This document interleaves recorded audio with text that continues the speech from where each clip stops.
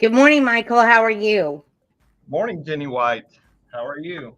I am struggling with Rumble yet again. Well, there we go. You're the tech guru. If all tech can happen, it can happen to you. That's for sure. Well, you know, I didn't tell you this the other day, but this kind of upset me just a little bit. I had a person who was actually watching our live stream on Rumble on another episode that we did some time ago, and she said it kept cutting out on her. Really? So yes, and like right now I'm getting a message that says we're having trouble streaming to your destination. Is it possible the stream was ended or deleted on the destination? I'm like, no, I just set it up. So well, that's a bummer.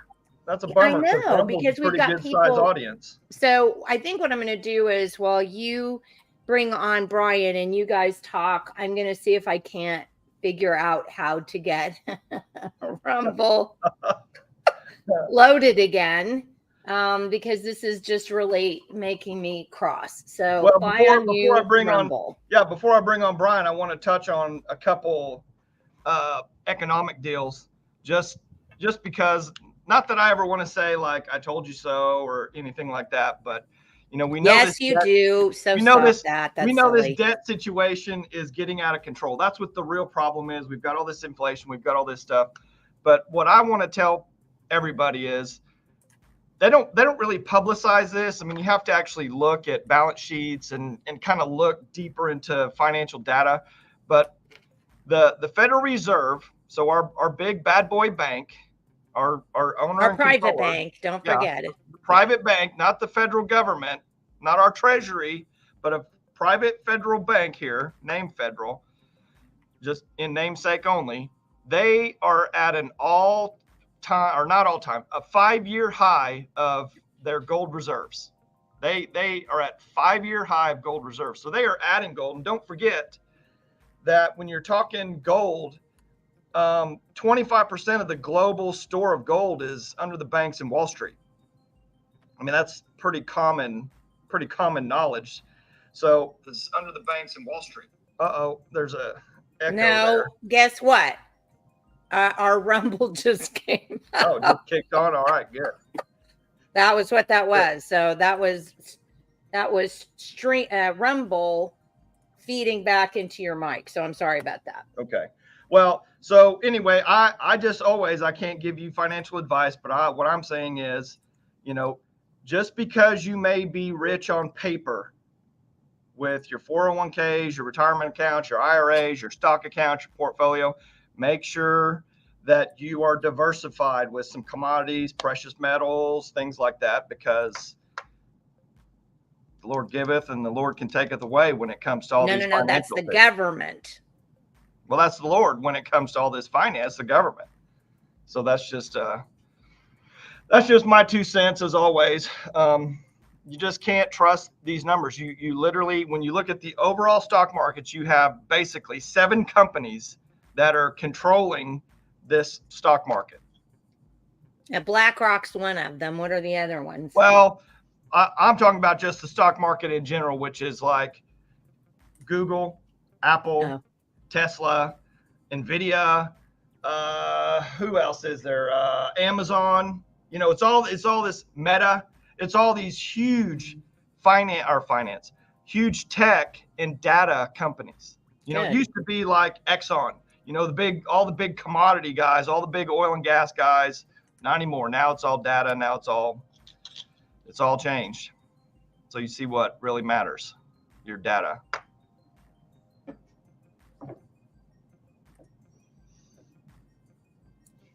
So, all right. Still, I'm like half listening to you and then half trying to figure out what's going on.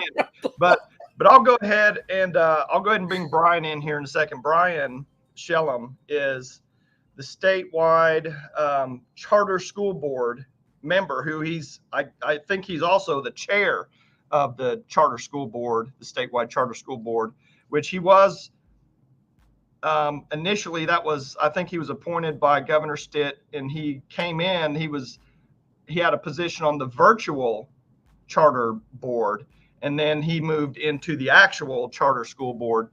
But I met Brian and I've become friends with Brian, just good friends with Brian over the last several years. But I initially met Brian when the group of parents got together to fight for their kids' rights at Edmond Public Schools. And we had to actually go into a lawsuit, which we've talked about multiple times on this channel. And Brian was a member of that team of parents, and he was a plaintiff in the case. And he's just outstanding guy, outstanding businessman, outstanding husband, father, Christian. I have great admiration for Brian. Do you have a man crush? No, I have a lot of respect for Brian. And Brian is, you know, he's very level-headed, and and I just appreciate his opinion, because a lot of times I may get, you know, going a little bit like we've, you know, seen on the podcast, and then Brian's always like, hey, you know, maybe we ought to tone it down, be a little more rational. And I appreciate that about Brian. But we'll bring Brian on, because I do want to talk just quickly about a couple other things. And Brian also he was ran for mayor in Edmond. And Brian, welcome to the show. Thank you for the invite. Glad to be here with you guys. Yeah, always. Well, Brian, let me explain to everybody. Sorry, I've been kind of out of it trying to figure out what's going on Rumble. And Rumble people, I see you out there, but I can't figure out how to tell you to comment. So just comment and I'll see it, because I can see it. So please comment with any questions or anything. So Brian, I have to say, I'm sorry for misspelling your name. It's okay. I'm not offended. No problem. Well, I'm very happy that you're not offended, but I am very sad that I did that, because you would think that I could see. I mean, it's not like your name isn't in the news anywhere. I could have found it. So I'm so sorry. So anyway, but thank you so much for being on with us today. I really appreciate that. Of course. Glad to be here. So do you want to start off, Michael, or? Well, yeah, but I wanted to touch just real quickly, just have Brian kind of give his thoughts on that, on why and kind of what transpired in that school lawsuit. Just a real. Well, be specific though. Be specific about that, because we've got quite a few people on here and I'm not sure they know what lawsuit, because they're thinking about the charter school board. So be specific about that. So I think it's good to put it in context of kind of how we got here, or the reason you guys invited me on. Going back more than a decade, our legislature said, hey, we need to do something to try to improve education. So there were charter schools granted, and they fell under the State Department of Education in Oklahoma. And those would be considered traditional charter brick and mortar schools. A few years later, they created the statewide virtual charter school board. That board was designed to help kids learn online. So primarily to reach rural or maybe sometimes considered underserved populations of maybe kids who couldn't reach a brick and mortar school, be it public, private, or a brick and mortar charter school. So I was asked to serve on the statewide virtual charter school board the last 8 months of existence. So a little over a year ago, about a year and a half ago, the Oklahoma legislature, forgive me, they created a new board called the Statewide Charter School Board, which would cause the statewide virtual charter school board to cease to exist at the end of June 2024. And a brand new board, which would oversee all brick and mortar and virtual charter schools, was created July 1st of this year. So I was actually asked to serve on that board first by the governor, and I accepted. And then some people had to get off the other board, and they asked me if I would serve interim in that other board. So I accepted. Well, prior to me joining the statewide virtual charter school board, a charter was granted to St. Isadore. Again, this is a virtual school by the board. The board voted to approve it, and how a charter gets granted, it's based on merits. They have to show that they are going to have a tangible benefit to the students, and it's based on their content of what they're going to do. Secondly, the charter school has to basically pre-fund the entire school prior to receiving 1 penny of state funding. So they have to be able to gather the finances. Second, then the third criteria for a charter school to exist healthy is they have to show that there's a demand, and by that basically creates the enrollment. If there's a demand by parents to say, hey, I want to enroll my kids in this, that's how they actually do get funded by the state. So all the charter schools are actually public schools funded with public dollars. They can't exclude anybody for really any reason. So they are truly public schools. They're not private schools. They're basically someone who says, hey, I believe we can deliver this good or service, and they're given a contract by the state to do that. So that, I hope that explains kind of where things are. So St. Isadore was granted this charter by the virtual charter school board.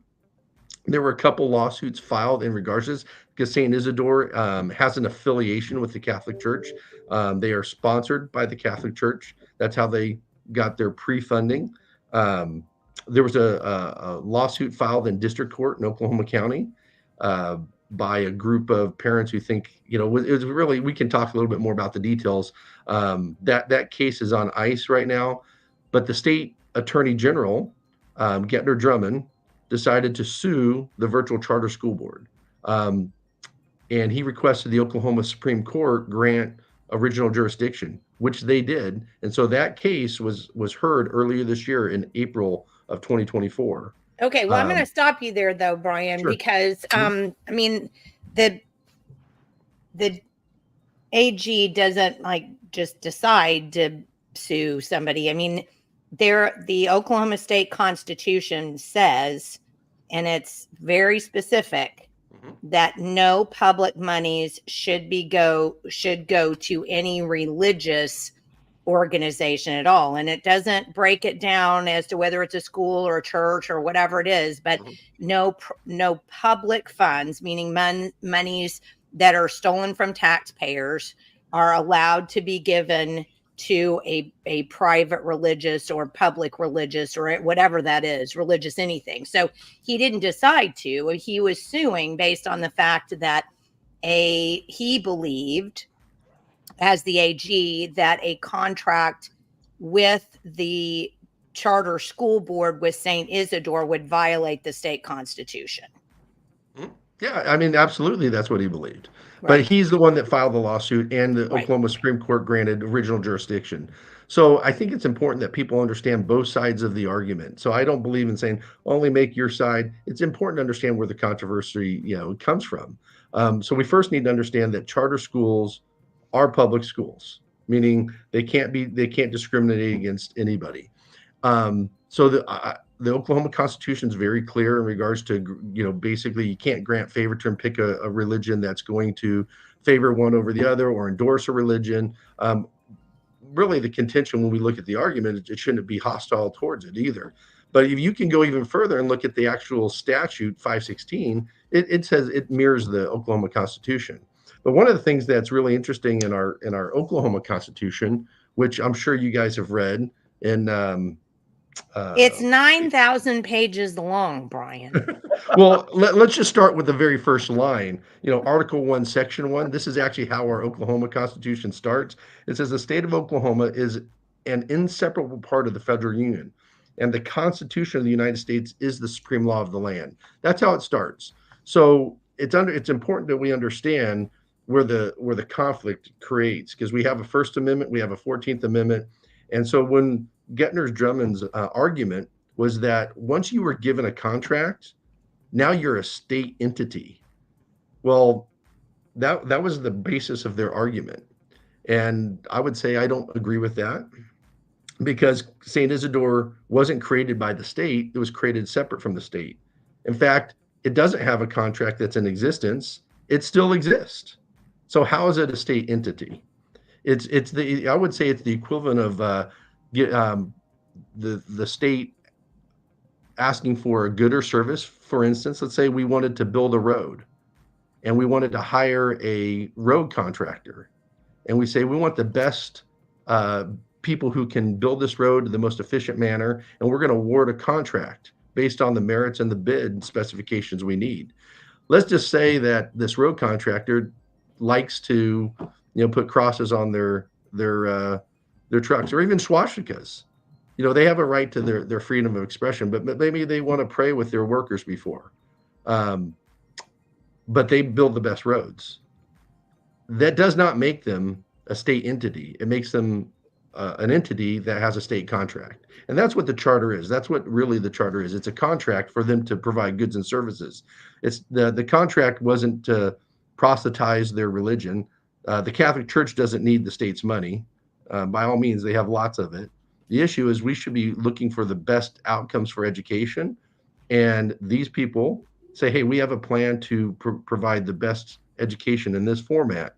And that's what they were awarded the contract for. And they can't discriminate against students or parents regardless. They could be atheists that decide to, hey, we're going to attend St. Isadore. But maybe parents go, you know what? This environment, this structure that they might have will provide the best learning environment for my kids to learn. So I hope that gives it context. I want to just maybe clarify something, Brian. When it comes to, so charter school is basically a public school. Is that correct? It is 100% public funded. It is not a tax credit. It's not something you have to go, hey, geez, I got to put something on my taxes. It is open to everybody. Okay. And if you, as a parent, want to take your kids there, they do have capacity. Meaning, if they're full, you can't say, well, you got to let me in. But if they're not full, they have to let you in if you're a resident of Oklahoma. Yeah. Well, but that's quite not true though either. Because, and here's the only reason I say that, I taught at Independence Charter Middle School for 4 years. And we had a lottery. So you weren't guaranteed entrance until the school was filled up. Literally, you put your name in a hopper and your name was drawn out whether or not you were going to get to go or not. So it's not like a first come, first serve. In a lot of the cases, it's a lottery system. Yeah, they have a tiered system. So many times they might have if it's a brick and mortar, they might have a geographic preference, meaning if you live in the geographic area, that might be the first preference. The second would be, do you live in the next stage of a particular area as well? But more or less, they can't discriminate and say, well, it's not like a private school where they're saying, hey, listen, you have to meet certain qualifications. You have to donate X number of dollars, whatever it is. That's a magnet school. A magnet school can do that. That's state funded, but they can say who gets in or not. Yeah. Well, and the second part to what I was going to have you maybe clarify is that charter school, is that governed or kind of in the purview of the local school district? Like, for example, does Edmond Public Schools kind of dictate what can happen, or do they have a supervisory role in a charter school since it is public within their district, or kind of how, if you can kind of tell us how that works there like that? So yeah, every charter school has to have a sponsor, someone who's willing to say, hey, we want to encourage this. So it's in the past, it has been that you had to seek approval from the existing school district if you wanted to be in that area. Which it'd be kind of like if you wanted to, let's say open a, Michael's Hamburgers, and you had to go to McDonald's and Burger King and Yeah. say, "Hey, listen, is it all right with you if we open up a burger joint here?" It kind of seems counterintuitive that you have to seek people who maybe don't want you to open their approval. But one way or the other, you had to get sponsored, and you can be sponsored by a university. Our board can be a sponsoring agency, though, so you will see that probably more people. Well, that's new. That's not the way it used to be. Correct. That is new, and so that gives this agency, this appointed board, quite a bit of leeway. Then correct. I mean, that's pretty enormous. So now you don't have to go to somebody in this area and say, "Hey, would you sponsor me?" Now we have a group of appointed people who get to say whether there's a sponsorship. And I'm going to go to a question that we've had. So Becky is asking, were you on the board when Dove was approved to expand from 6 to 11 to pre-K through 12? So she's talking about Dove charter schools. So there's two forms of Dove. Dove has a brick and mortar charter school, and then there's the virtual charter school board. So I was on the board for the expansion of the virtual charter school, but not on the brick and mortar. The brick and mortar there's certain ones that are coming over. So just because someone was a brick and mortar previously, they don't have to give up their sponsorship. More than likely that you're going to see more charter schools come under the purview of the statewide charter school board for a couple reasons. One, they might want different guidance and also different freedoms. Because some of the sponsors have tried to put kind of their own twist on, or when I say twist, that's inappropriate, their influence onto those charter schools, and maybe they weren't providing the best guidance according to some of the charters themselves. So I'm sorry, go ahead. And the other part of it is that typically an existing charter sponsor would get 3% of the funds that were given to the school for their purview to oversee that. This new board will not receive any of those funds. We have a designated finance directly from the state, so we will not get revenue from the sponsorship of the charter schools. So that's just your board. If you guys approve an entity itself to be a charter school, then you would not receive the 3%. But a regular school district, if they did approve or sponsor, they would still receive that 3%. That is correct. Okay. Yep. So Becky apparently worked at Dove Virtual School, and she said she was surprised the board approved them when they only had 3 teachers managing the entire whole school, high school courses. And I would have to look back when they were expanded. I sat on the board the last 8 months of the virtual charter school board. The other thing is Dove is actually producing results. So one thing that we should look at is the results. I think that's very much overlooked in almost all forms of education. Whereas the private sector, when parents are paying for tuition, they're expecting results. In the public sector, they seem to not get results at all. So charter schools, I think we need to really elevate what the standard is and say, we expect them to do that. And if they can do it with 3 people and do it very effectively, great. But if it takes 100, then so be it. Let me ask you this. Mm-hmm. And just for people who aren't watching, I like Brian very much. He's a very nice person, but I don't agree with any of this. So.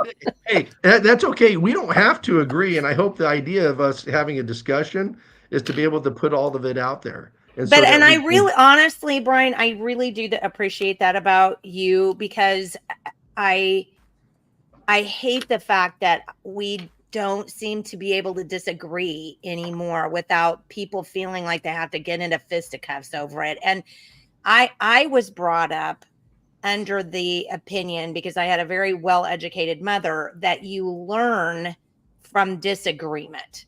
you're not fighting over disagreement if you just say, oh, this is great, okay, oh no, I mean, you're a bunch of automatons. We have to at least have some disagreement on some issues to come to a better understanding about that. So I do appreciate that about you. But I just have a question for you. Do you know any of the controversy surrounding Dove Charter School at all? I wouldn't say I have an exhaustive understanding of all the controversy. Who I could, but do. yeah. Yeah. So you can enlighten me by all means. I do know they're getting results. I do see that their test scores are much better than the mean. And Well, so here's a go really ahead. good comment from Becky, who, don't forget, was actually a teacher there. Okay. I think their results should be looked at very closely. I would love to show you the evidence that shows the principal unenrolled dozens of low-performing students during the 2 weeks of state tests. So the school looked like all the students took their tests and performed well. And Brian, I would hope that you're hearing this from numerous other places, because I can promise you I am. And It's the there first are I've heard of it. First I've heard of it. So really. oh, yeah, absolutely. So, when we were sitting on this board there, we're actually given a lot of tasks.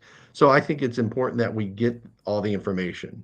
And I'm not, I can't say I'm exhaustive in this, right? So there is a staff that actually runs the day-to-day operations of the statewide virtual charter school board. And I would say we're very blessed to have Becky Wilkinson as our executive director. There's a whole other form of staff that actually oversees the finances of each school. So there's accountability there as well. They can't just take the money and go, hey, we're going to Vegas with this. We're gonna put it on black and we'll spin the wheel. So there is accountability in that manner. There's also accountability in regards to the curriculum that's being given, meaning they have to see results. I don't know anything about unenrolling things. So if there is information and it's brought to my attention and we know about it, we need to ask the questions. I think everything should, especially with public funds, should be open to public purview. There should be no secrets. Now, you and I agree 100% on that. So can I get you Becky's information? Will you allow me to? Okay. Yeah, absolutely. Because this isn't the only time I've heard of this, Brian, and this has been a long-standing thing for a long time. And I will point this out anytime, and this works for laws too. Anytime you have a law, anytime you have a rule, anytime you have something like that, there is always a percentage of people who are willing to do what they can to get around that. Sure. And when you tie performance in any way to that, and Becky says thank you, so I will put you guys in touch with each other so you can talk about that. Yep.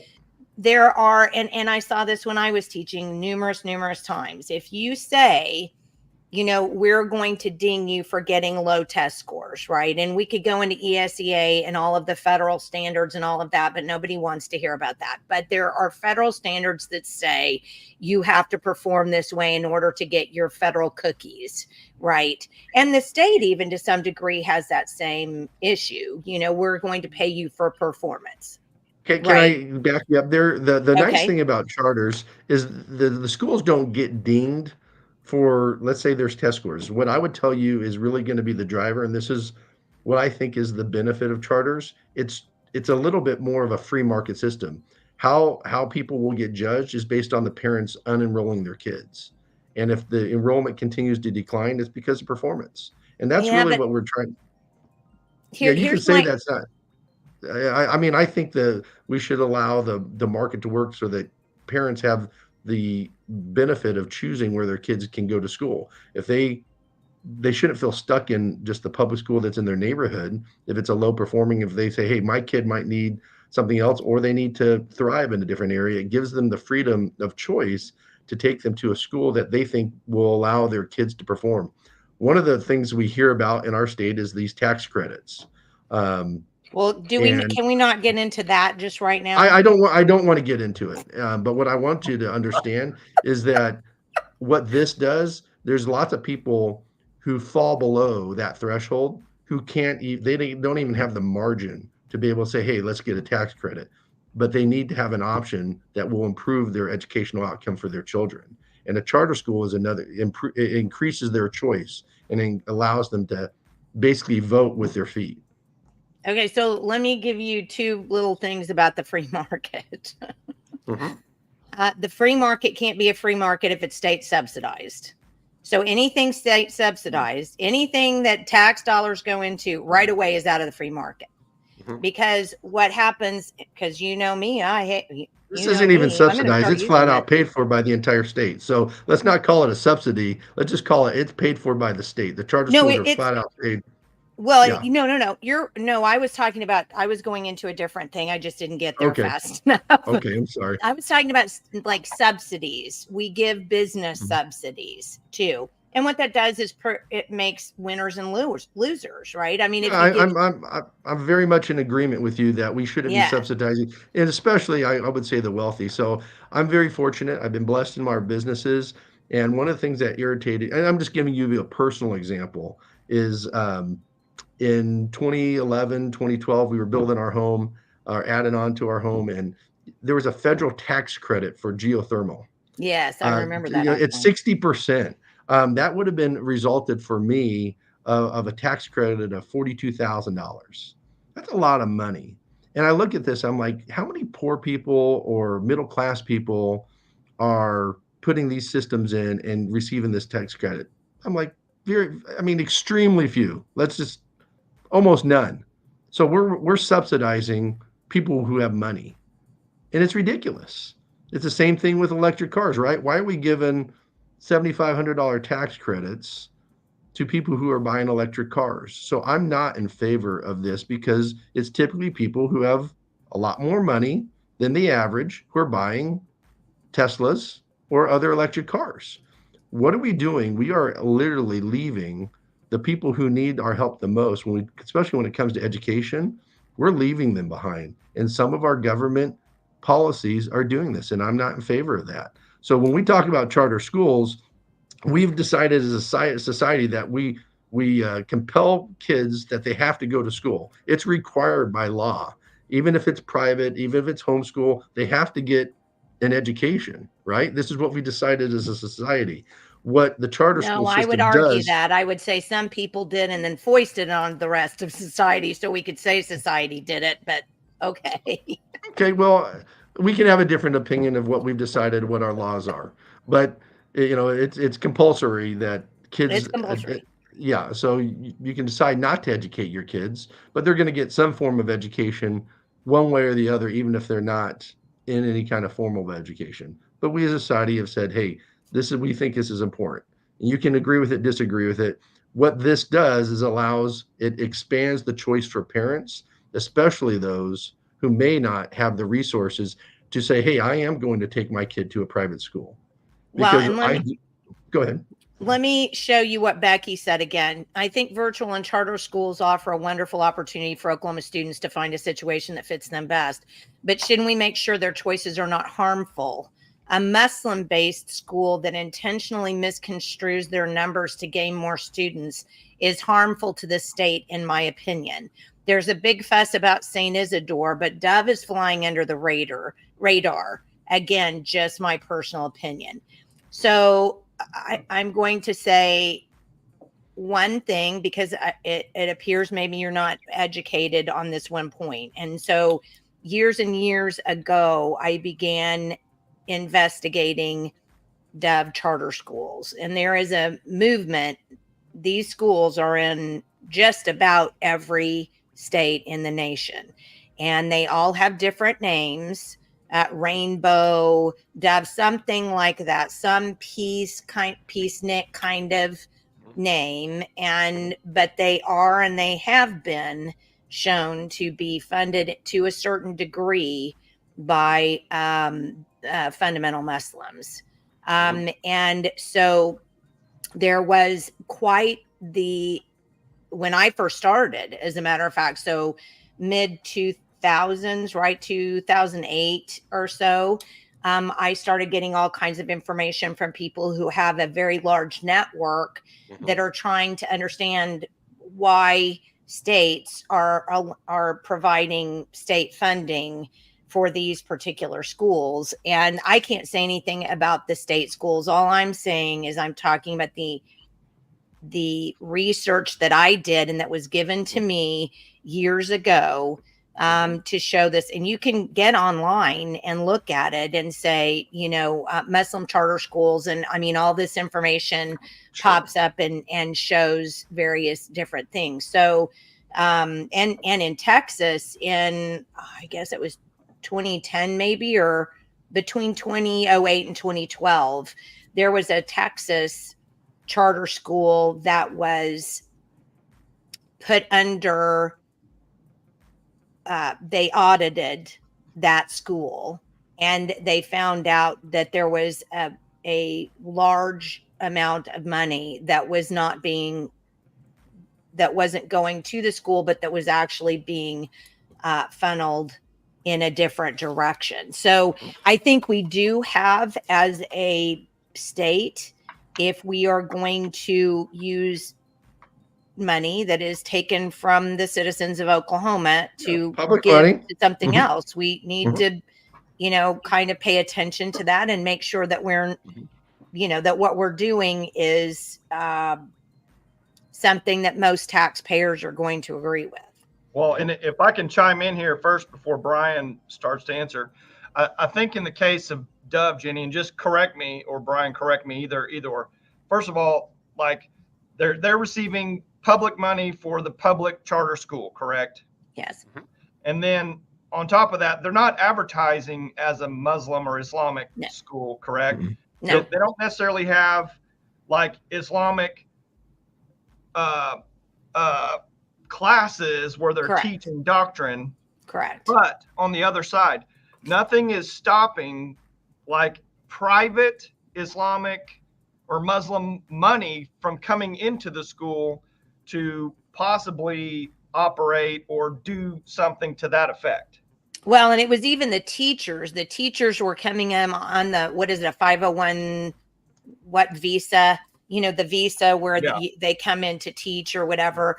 There were a number of teachers that we know for a fact that were at Dove charter schools that were on those visas that were coming from out of the country, because it became a big stink at one point, I think, during the 2012 election, about the fact that there were teachers in Oklahoma that were teaching that were from out of state when we had teachers here that needed jobs. Well, so we're out of the country. I'm sorry, not out of the state, out of the country. So for Brian, there's public money that is 100% accounted and audited by, let's say, an organization like you guys or whoever. Yep. But then there's also the possible scenario of private money that school can spend. Now and they can spend that however they want, or bring in some kind of contractor or people to do whatever, teach whatever. Is that correct? But is that money also audited kind of in a public fashion, or is that out of what you guys get to see or do? Or like, how would that private money, like I think Jenny called it funneled, they're funneling money into these schools, but how would to be fair on the public side, how would all that private side, actually be accounted for? So I can't speak to say, hey, I know everything about every school. There's just simply, it would be impossible. But I will say, for instance, in the issue of St. Isadore, when they were awarded the contract to provide services to the state, there was things that were excluded. They couldn't use the public funds to pay priests. They could not use public funds to proselytize. They were given the contract to perform educational duties. That was it. Now, they can use private funds like you're saying or suggesting. So can other charter schools, and many of them might have even what you would consider mere organizations that aren't even tied to the charter schools, but can provide other things. And that might be what draws some parents to take their kids there. What we should be looking at is the outcomes educationally. But something that you're talking about is actually I would consider it's not even an open secret. Like this is not even a secret. Like we understand, and there is controversy in regards to this. I would say Saint Isadore was very upfront that they had a Catholic affiliation. They weren't keeping it a secret. They say we believe this. This is part of what we want to do. We want to share our beliefs with the students, right? But that's not what the contract was for. But they shouldn't be excluded, in my opinion. So let's say someone does have a Muslim affiliation. My concern as the chair is that are we educating kids on the things that are important? Because my belief is that parents will decide what's best for their children. They know what's best for their kids. We aren't delivering the goods. I don't think anybody argues with that fact in the state of Oklahoma that we aren't doing an adequate job to educate the next generation for the things that they need to become a valid workforce. So what we're saying, hey, what I'm saying is I believe we should say anybody who can show up and do the job, let's get them helping to get these kids educated. And I fundamentally disagree with you because here's the bottom reason why. Just like we talked about a second ago, numbers are fudgeable. I mean, my goodness, look at Michael, what you guys were talking about, or what Michael was talking about when he came on. We're literally living in a country on which our money is vapor. And it's because people can throw around a bunch of numbers and say things and everybody goes, oh yeah, that's right. I mean, so numbers can be fudged. And I can promise you, Brian. Well, no, numbers don't lie. They can be lied. People might lie about the numbers. Okay. Fair enough. Fair enough. I'll give you that one. You're correct. Numbers are numbers. You can't make a 4 or 7. That's correct. But numbers can be fudged. And so I think when we look at the bottom line and we say, all we want to do is make sure kids are being educated. I mean, I don't disagree with you that we need to make sure our kids are being educated. And certainly if we're going to use my tax dollars, they darn well better be educated. But my argument comes in because testing is not an accurate way of determining how well a kid is educated.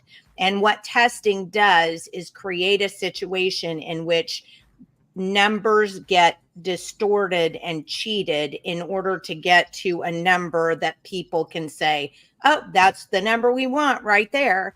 So when you're talking about having a school that is taxpayer dollar supported, that has any kind of a spin, LGBT, Muslim, Catholic, Satanist, I don't care. If there's anything attached to it, in my personal opinion, no state dollar should go into that. I mean, anything state sponsored should be as close to zero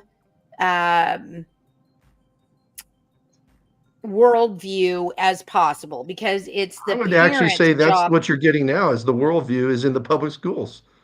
Oh, it's actually antithesis to any kind of religious purview at all.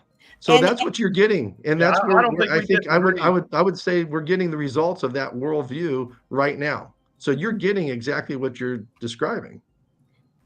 Well, actually, it's a little different. We're actually getting the leftist worldview in the schools right now, so and it's very specific. Let's go back to Engel versus Vitale, right? In 1962, where we kicked God out of schools. Right. So, we can't pray in school, right? Right. Now, no one can compel someone. No one can make someone pray. No one can force someone to have a religious belief. But one thing that we are seeing is what I understand, and again, correct me if I'm wrong, is that one of the biggest complaints from teachers and administrators is lack of classroom control. Yes, this is true. Right? No doubt about that. And so no doubt. I would say that there's a breakdown in the family structure in our country.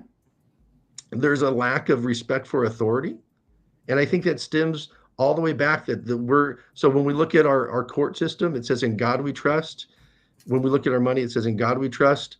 it's acknowledging, some people may not believe in God, but what we are saying as a country is there is somebody that's greater than us.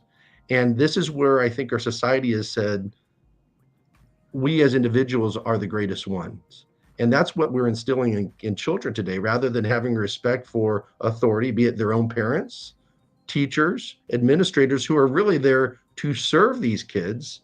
They're acknowledging this. And so we can go back to what is the fundamental cause of this breakdown in our society, because we can have all these ancillary things like we're talking about charter schools, private schools, but we have to go back to what it is, what the fundamental cause is. So when we look at expanding school choice for parents, this will give the parents a saying, I want the best for my child. And if we can expand that opportunity, and with I would call it the free market of ideas. Now, granted, they're all publicly funded, be it the charters or the public schools. We're expanding that choice and letting Okay. parents decide that what would be best for their own child. Okay, so let me bring a couple of things up to you just now. This is from me being a teacher in a public school, right? Sure. Uh-huh. I can't tell you the number of times when I was a teacher in a charter school. Now, this was not a regular public school. This was when I was a teacher at a charter school. And we would have parent-teacher night. And now you would think that in a charter school, you'd have like 100% of the parents show up for parent-teacher night, or there'd be some communication or, whatever, because they literally are doing something different to make sure their child gets a better education. Brian, I watched that school go from starting out at the top to just the bottom out, falling out. There was the kind of top-down administration saying, no, you can't do this to students. No, you can't make them behave. No, we're not going to hold them accountable anymore. No. Mm-hmm. And that's why I left. I mean, I would have stayed there because the first 2 years of that leadership. School, I was absolutely in love with that school. It was the best school ever. And then just over time, but here's the point, Brian, it gets state money. And I'm sorry, but anything that is state funded has a tendency to begin to circle the drain because nobody wants to provide the actual accountability that it's going to take to make that school stay on top. And I'll give you a perfect example, piggybacking off of what you said just a second ago. I had problems with classroom management in my class went all the way back in 2002. That was the last year I taught before I became a stay-at-home mom. 2002.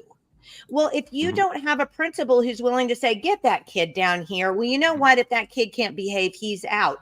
And that school, Independent Charter Middle School, was started with a charter, and people don't understand this about charter schools.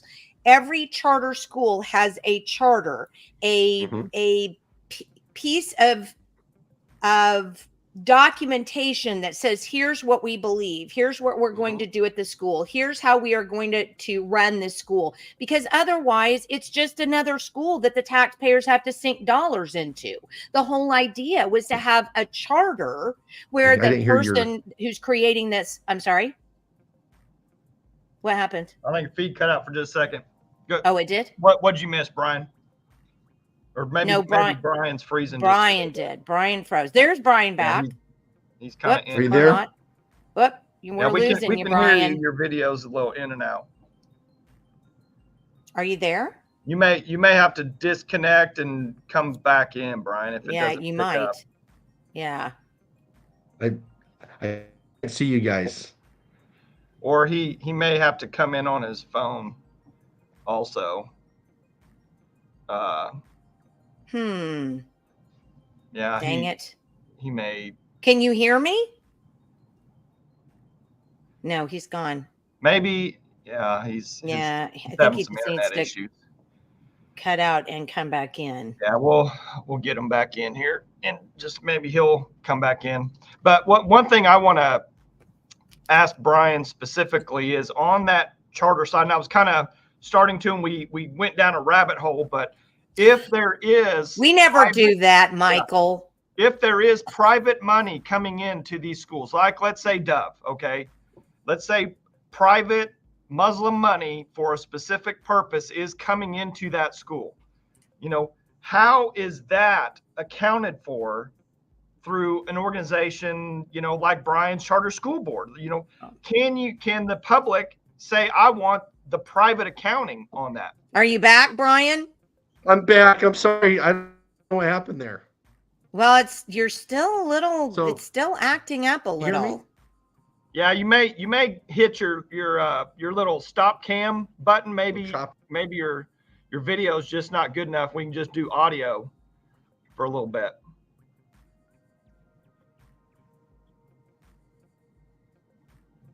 Maybe. Yeah, Stop cam. There we go. There you go. Is that better? Okay. All right. Actually, I can hear you. So let me just finish what I was going to say. Let me go make sure our stuff isn't. Okay. Okay.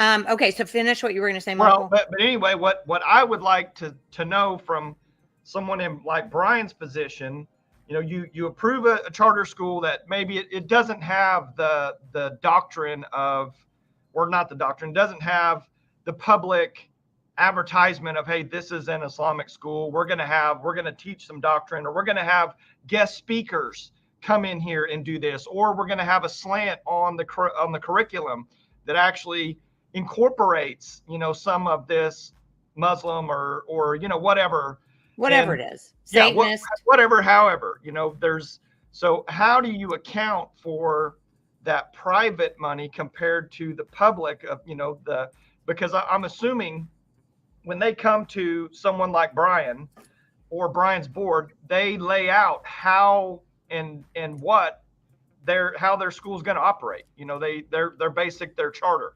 So That's their charter. So do you want to finish what you were saying, Jenny? Yeah, let me just, if you don't mind. So our charter, when we first started off, basically said if children weren't performing, then we could boot them out. Right. So if you didn't follow the program, if you didn't, if you were going to get Fs, if you weren't going to show up, whatever, we could boot you out of the program. Well, we did that the first couple of years, and we had really great scores, and we had really great kids who wanted to be there, parents who were showing up. Then what we ended up having was parents not showing up, parents not answering the phone when you had problems with kids being left in the classroom to cause problems, and it just all starts going down. And you're correct when you say that's a leadership problem.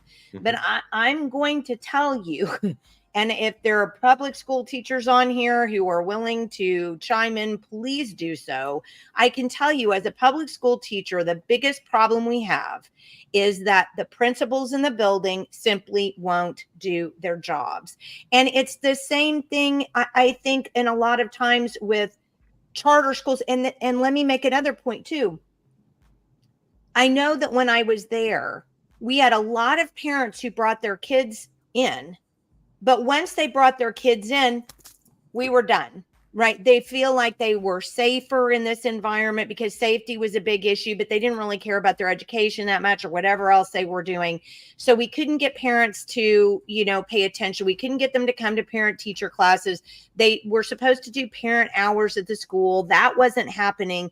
So, when you talk about a charter school being a free enterprise thing in the sense that, parents can take their kids to someplace else to ostensibly get a better education, I think you're missing the whole point. There is a percentage of parents who believe that, but the bigger majority of parents don't really care. They just want their kids to have a safe place, but they don't care about what the actual outcome is. And those are the people that are coming into these charter schools that are causing the charter schools with poor leadership to just fall. So I just resent this notion that somehow the free market economy is going to fix everything, and that this free thing is going to fix everything because only the parents who are involved are going to, and the cream will rise to the top. It's not true. I mean, it just doesn't work like that in actual practice. And I think any teacher who's been in that situation would basically tell you the same thing. Well, I would agree with you in the sense that if it's a lack of leadership, we could even say, hey, let's just scrap it all. Someone could interpret your words and say, hey, let's just do it all. Let's burn it all. And everyone's on their own. I would personally, but you know me, I'd like every parent to have skin in the game and teach their own kids. Well, but in reality, Jenny, we don't have, I mean, that's not where we are anymore. I mean, this is like a set it and forget I it. can dream. Do not take my dreams. Yeah, drop the you can dream, and you can put the joint down, maybe. Yeah, but well, no, and I'm joking. I can't even believe you just said that. We'll edit that I'm out, joking, but the reality is we have this system here, and we can try to either improve it. I'm a big believer in public education. The problem really is that our leadership, be it administrators, have become soft. Yeah. When I was a kid, I was scared to death to go to the principal's office, and I think the last time I got sent to the principal's office, I was in second grade. And there was a giant paddle on the wall with the holes in it, right? And it was used on me, you know. Oh, I got him in middle school. You know, and what exactly? That's kind of the point. Is I learned my lesson in second grade. You know, some of us maybe it took longer. Brian. Yeah, and so, Brian, do you think? I mean, do you think maybe you could shed light with I'll say your opinion, but when you have an overarching entity like a federal government money or a state money coming in, now you're more privy to that equality factor, and you can't necessarily discipline kids like you could 20 or 30 years ago, because, you know, everyone needs to, you know, play nice, be equal. You know, you're all getting the same amount of money, the same kind of money from the same places. You got to play. I would tell you, rules. I disagree with the premise that we need to play nice. We need to push back and say we have standards, meaning that the tail shouldn't be wagging the dog. The student shouldn't be telling the teachers how it's going to be done. I think parents, you know, can absolutely have a right to give their input on things, but really what it comes down to is the parent to say, this is what I want for my kids, right? But I think I agree with you. I would tell you, I've reviewed a number of applications of people who are going to apply for schools within the last year. And some of them, these applications are shocking. Many of when I say shocking, because some of the focus has nothing to do with educating and producing results for the kids. Yeah. You know, I'm going, what are you doing? And I would tell you, I believe much of the education system, be it standard public schools, but even within the charter schools, has been infected with chasing the wrong ball. You know, the way I quit I was visiting with a customer. He's asking how things are going, and this guy owns a car dealership, a body shop, and a service department. And I said, let me ask you this: you know, everyone's here trying to make a living, put food on their family's table. Would you take all your employees out here instead of them working on cars or selling cars or working in your body shop? Pull them all off and say, hey, we're going to go spend the next 3 weeks. We're going to be painting the fence out here. Is that going to put food on their family's tables? He's like, no, why would we do that? I said, you know, yeah, the fence might look good, but you are not going to deliver the results needed for your customers who are paying your bill. And this is what I think the education system is doing, is saying, hey, we got to, you know, make everything look good. We might have nice buildings, but we also might have these policies.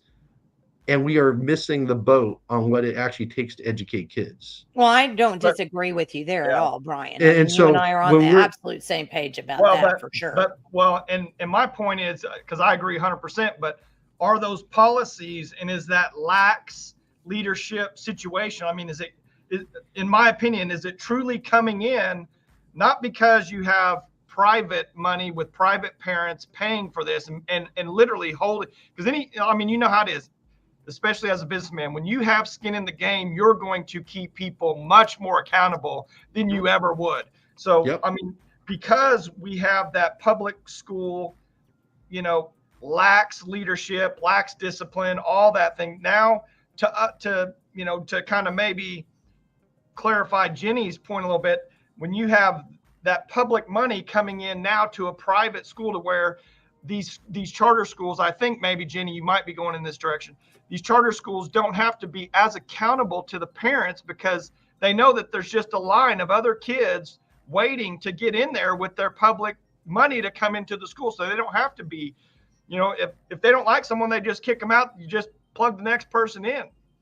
I mean, the charter schools, they can't kick them out.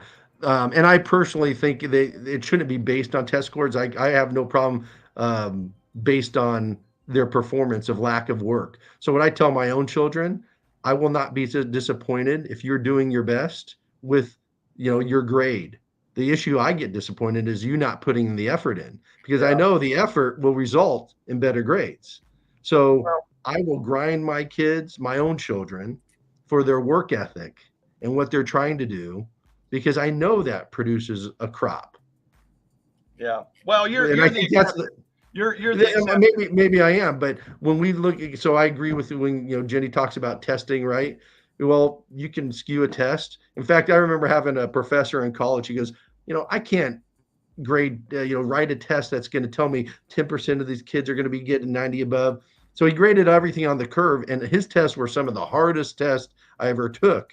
And I remember one of them, I think the top score was like 58%. Yeah. You're like, he goes, hey, Happens the in 58. engineering all the time. But to go back to okay, because so you said they can't kick a kid out of the charter school, but how do we remedy, like, for example, Becky's point, to where they may be temporarily unenrolling kids so that they're not.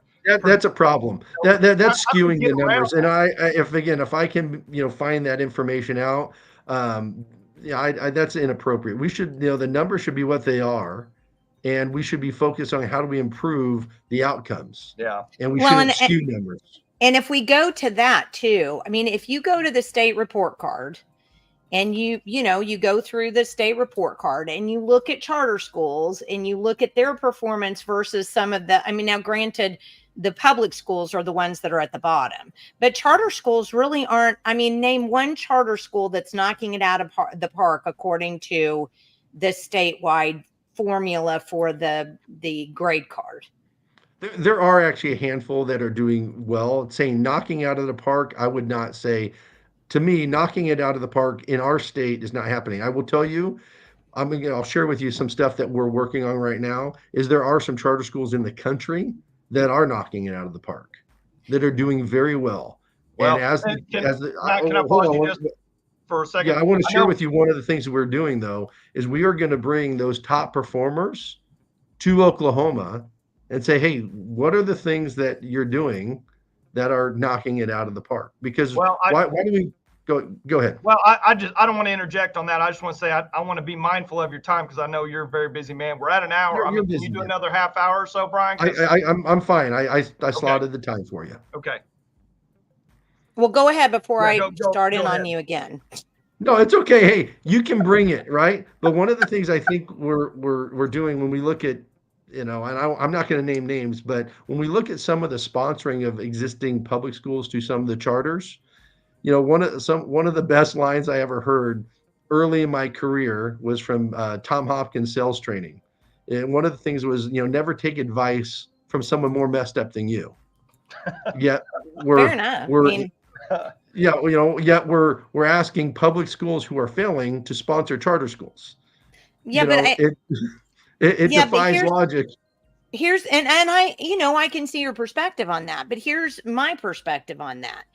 So many people don't understand how corrupt this state has become, and it's extraordinarily corrupt. Well, I mean, and I the would say more we're I better find off- every day, the more I realize how corrupt it has become. And part of that is, and this is all on state funds, part of that is we tend to go outside. Like, I'll give you an example of the National School Boards Association. We have the National Superintendents. We have the National Governors Association. We have the National Superintendents, all these national groups. And what they do is they all get together because aren't they cool? They're the ones in the 50 states, right? And they get together. And some of these people are coming from the left coast, right? I mean, I say because we have an eastern seaboard that's about as leftist as this, Sure. the West. Gotcha. So, I mean, they come from these groups and then they come all together. And those of us in the kind of conservative, used to be conservative middle, see all that lefty garbage starts seeping in through their pores, and then they bring it to Oklahoma. Well, this sounds like a great thing. I heard this at ALEC. This is a great thing. I heard this at the National Governors Association. That's part of the way that I we're agree with you. becoming lefty. I couldn't agree with you more. So when I tell you, when I look at these applications that we've received this year, there's a lot of that garbage in there. When I say we're chasing the wrong ball, why are we talking about creating global citizens in your application? My question to them is, why aren't we talking about creating patriotic American citizens? Why aren't we talking about looking at the performance of what we need in these schools? You just made my point. Yeah. You just made my point. So here's the deal, Jenny. Do you Wait, want hold a guy on a like me who's pushing back and saying we shouldn't be doing this, or do you want to continue to let it go? No, and I see your point, but you just made my point, which was we want to create patriotic American citizens. Absolutely. In a country, in a school system in which we don't have kids being told that it's controversial to fly the American flag, the flag of the country in which we live. That's absolutely ridiculous that the American flag would be controversial. I mean, it's just beyond ridiculous into the realm of completely stupid. So absolutely. So when you get these things in, these charters in that may have, links to outside the nation, or to, subversive groups, or to Satanist groups, or to Catholic groups, or to, I mean, that was my whole point in the beginning. And while I agree with you 100%, Brian, that we've taken God out of everything and that's ruined everything, I think it's just like Michael says about homeschooling. Well, we blew past that point, a long time ago. At this point, now we just need to prevent the Satanists from getting in and other religions from getting in. That's such a flawed argument, right? The whole Satanist getting in, I would say that's who's dominating right now. Let's call a spade, right? So when you look at let's say people say, oh, we're scared of a satanic school. If there was such a high demand for satanic schools, there'd already be happening in the private sector. Brian, I have yet to know of any. We already have a group that's coming together to provide a satanic religious experience from that bill that we just created. How many private satanic schools are there?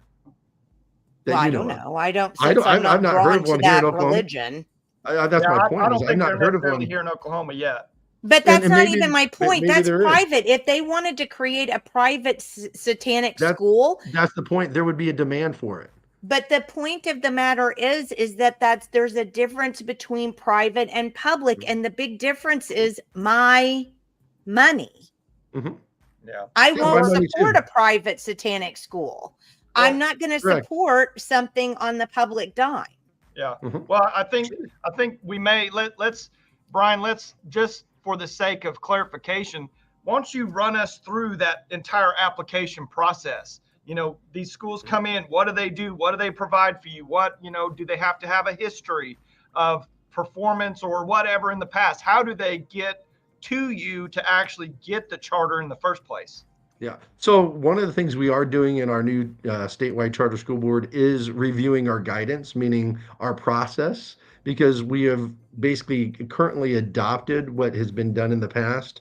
And I, as the chair and visiting, we have other committees who are working on our board. So they are led by board members. Ben Lepak is head of that guidance committee currently. But one of the things we are trying to do is how do we improve the process? I'm a big on process within my businesses. One of the things we are doing that I would say is not effective is giving what I would call the feedback loop in a time effective manner. So again, everything should be, this is public records, how these are done. But when we get an application, it's submitted to the staff. It's then submitted to us as a board. We review it. I think what's been happening in the past is many board members, I'm not speaking of our existing board, but have not read these applications. There are board members who have, and some of these applications, in fact, for I won't say who it is, but hold on one sec. This gives you an idea. That's probably an average board application right there. I'm not going to show you who it is, but that's one. I have one that's at least double or triple that size.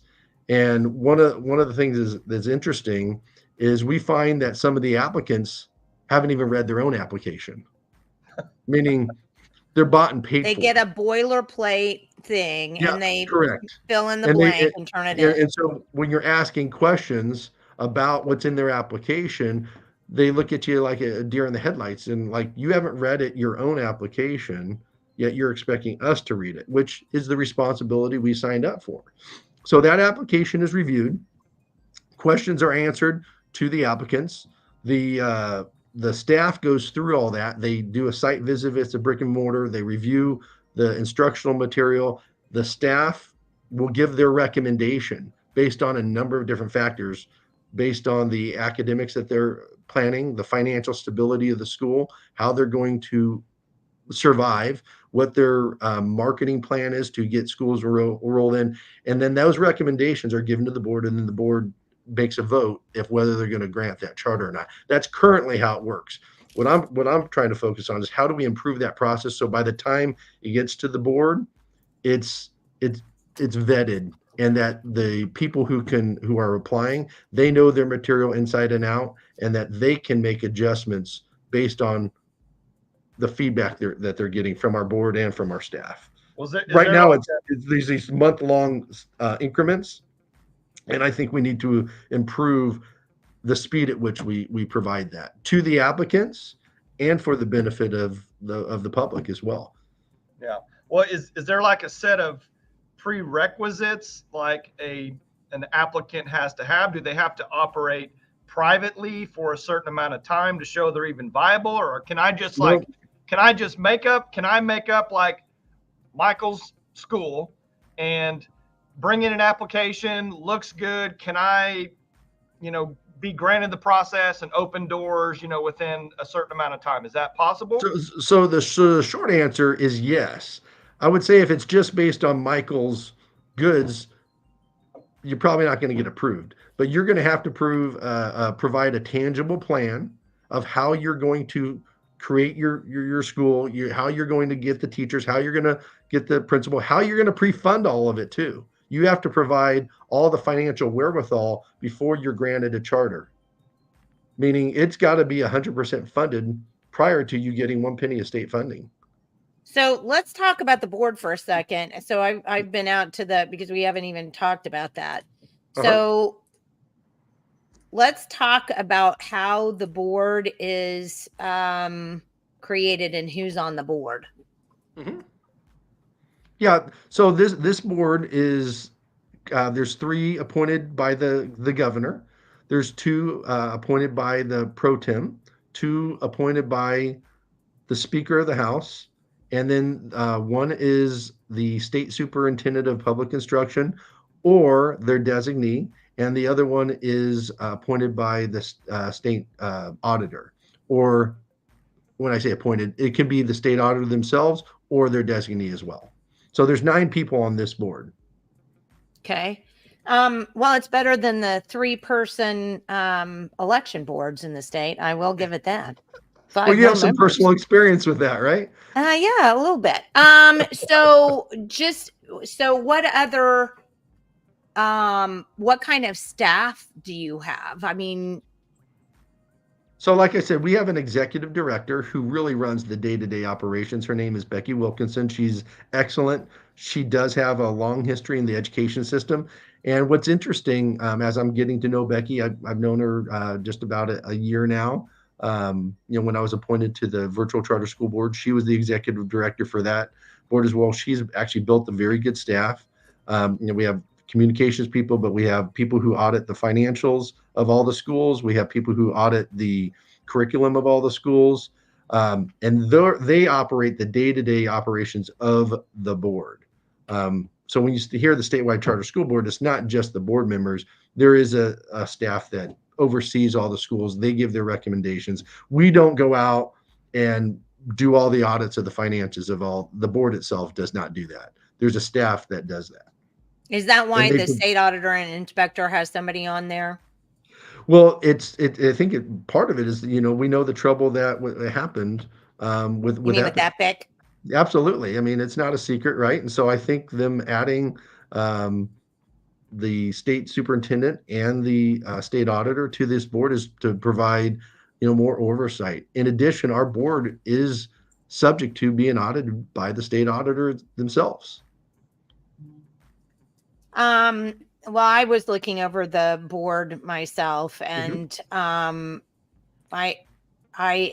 know who Damon Gardenhire is, and years ago when I first thought charter schools might be a good way to do it, because I do want to point out one thing before I even finish that sentence. Charter schools have private boards that are paid for with public funds. Well, I would tell you most of the boards are not paid. I'm not paid as a board member. No, that's not what I said. Okay. No, the school is paid for with public funds, but the board is made up of private individuals. That's correct. So that to me is an accountability error right out of the box, because anybody who runs a charter school, anybody who's on a charter school board is appointed by the people who create the school. So the superintendent, principal, whatever, they stack their board.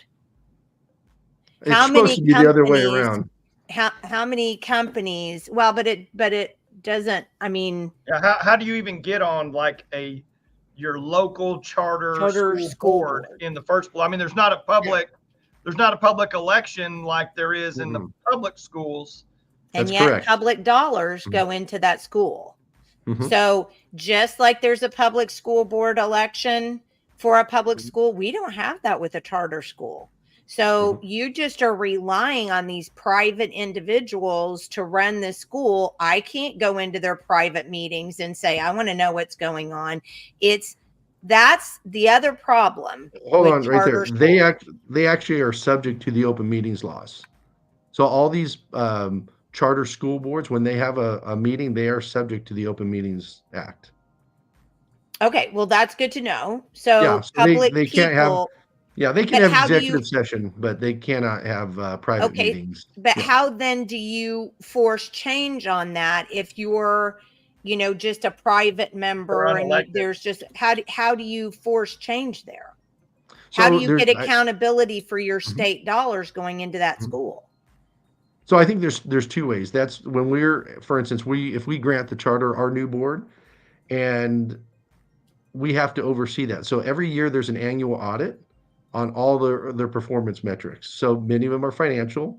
And one of the things I've shared with our staff is we shouldn't just be a compliance board, for our board, saying everyone's checking the boxes, right? We need to be looking at performance.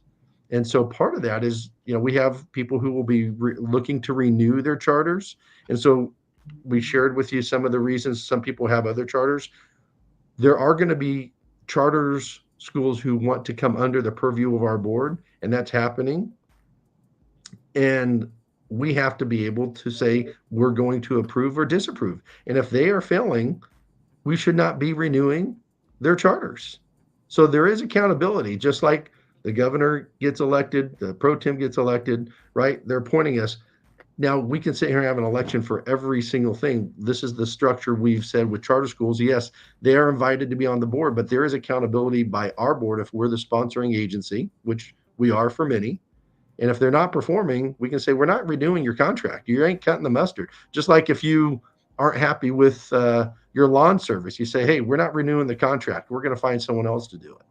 So there is accountability. Well, my husband does it, and if I don't renew his contract, there's going to be trouble in this house. Oh, I'm sure I'm not sure that's a great. Yeah, I think there's probably ways to get it done, right? You have some influence over your husband, but you might say, hey, we're gonna outsource getting the yard cut. That's not going to happen either. I'm just telling you. But anyway, backing up to that. So let's go back, because then let's stick on the accountability piece. So let's say we had a person just now who had a complaint about a charter school where she worked, right? And I'm going to put you guys together so Yep. you can talk. Sure. Does she have the ability to say, as a teacher, because that's another thing, man, when you're a teacher, you know, at one of those charter schools, like they tried to fire me numerous times just for teaching. Gosh, because I was hard. I mean, I should be fired because I'm hard. That should be a good thing.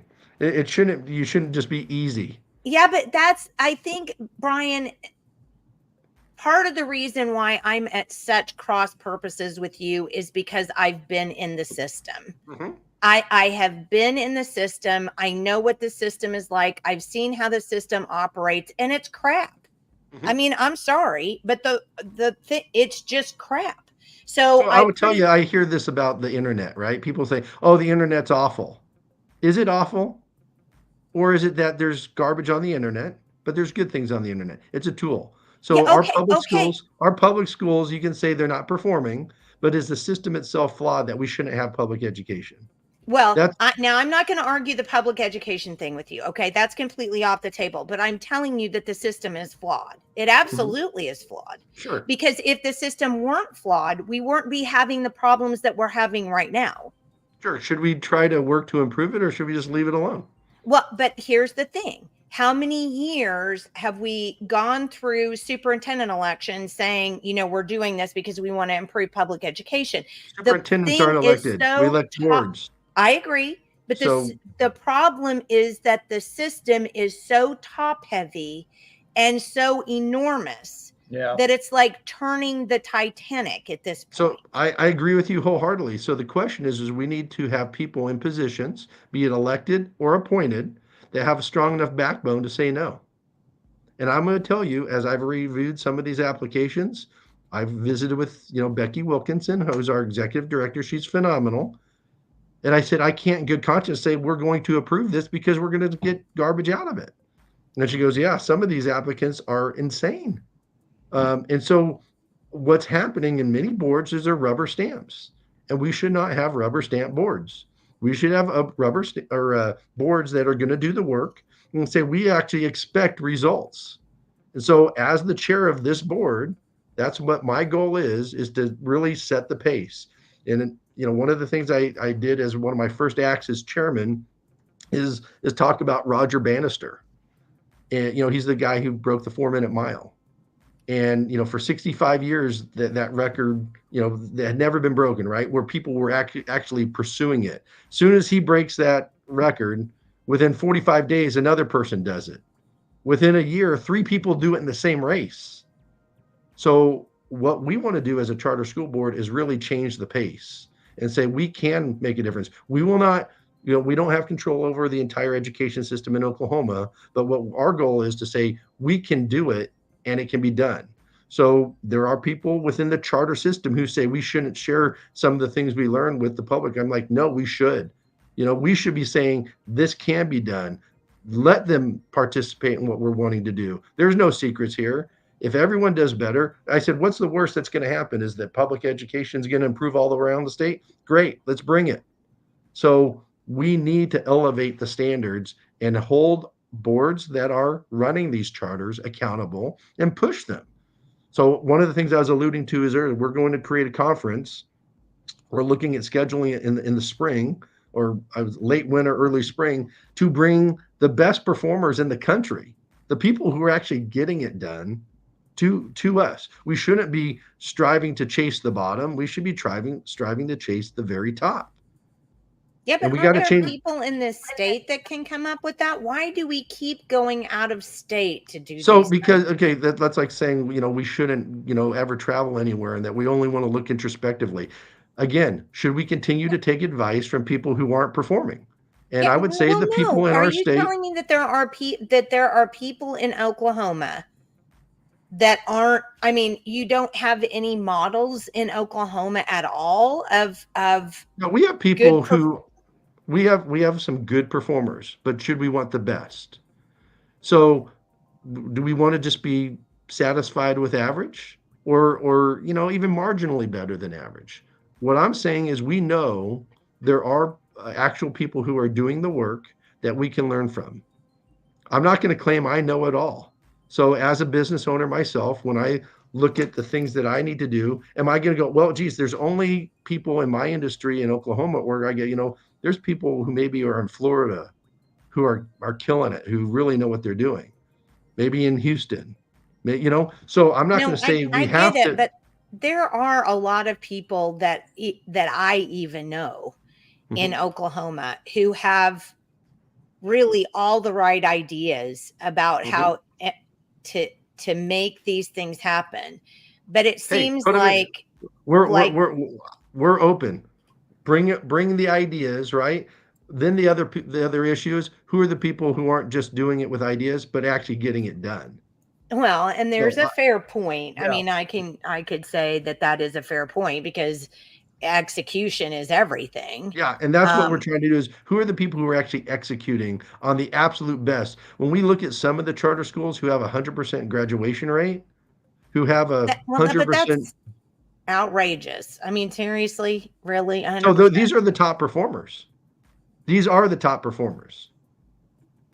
And I personally, and again, one of the examples I use with our staff with Becky is if you were to go to a hospital and say, hey, we have a 95% no drop babies here. Is that adequate? I would say no. 5% drop in babies is not okay. No, I mean, I see what you're saying, and I And agree. I mean, we and should so strive we for should not be. 100% at everything. And I think it's the lowering of the bar to go, which is what we Mhm. had with the ESEA. That's what started all of this in the first place. George Bush with his ESEA, and oh, well, we have to get, what 95% of all students have to be proficient. So we As can't we can't make everyone do everything, but what we can do is say we are going to continue to elevate the bar. And what has happened, and in my opinion, in education, especially in Oklahoma, is we've lowered the bar, and we've no, been fine with it. completely. We as a society have been okay with it, Yeah. and it's not okay with me. And Well, so and I I don't will think tell you, okay with it. I think it's like our elections. mhm, We had elections last night. Michael and I are going to talk about those on Friday, right? Political animal. And I was looking at just my next door, HD32, only 1% of the state election board's signed up voters voted in that election. yeah, it's very sad. 1%? Yeah, it's awful. How does that even work? 1%. Hmm. But then that's how it's been with schools. It's not like people are going around going, oh, well, we want to have the crappiest schools ever. No. People just quit participating. Mhm, And part of it was because schools shut them out. Schools shut mhm, parents out. And then mhm. once parents were shut out, then they were just kind of like, okay, well, I guess I don't have any say in it. And then they just start falling off and people don't participate anymore. So So, I would say we agree that parents should have the choice and the participation is required by them. yeah, I mean, Yeah. So absolutely. that's what I'm advocating for is that we should be listening to parents and parents should have the ultimate authority over their own children. And So what at we're your doing, school board meeting, do you have an open time for parents of charter school board kids to come in and talk? so we are governed by the Open Meetings Act. Okay. So considering this is a brand new board, every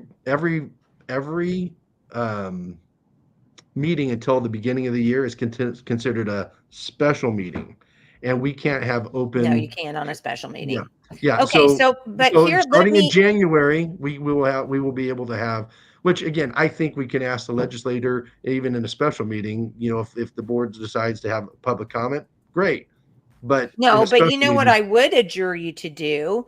You guys need to have listening sessions, is mhm, what you need to have. And then if you just have a listening session, you don't have to worry about the Oklahoma Public Meetings Act and putting mhm, something on the agenda. You just have a listening session and you yeah, say, guess what? If you parents from so and so charter school want to come in and talk, come in and tell us what's going on. That's what you should do, because that's the other thing I disagree with about boards and commissions. So many of them are done in the dark. They're not hearing from the people that they're commissioning or over, their board or whatever. They don't even try. And so nobody even bothers to do anything about it. And that's how the snowball goes down the hill, is when people just feel like they're not being listened to, they quit participating.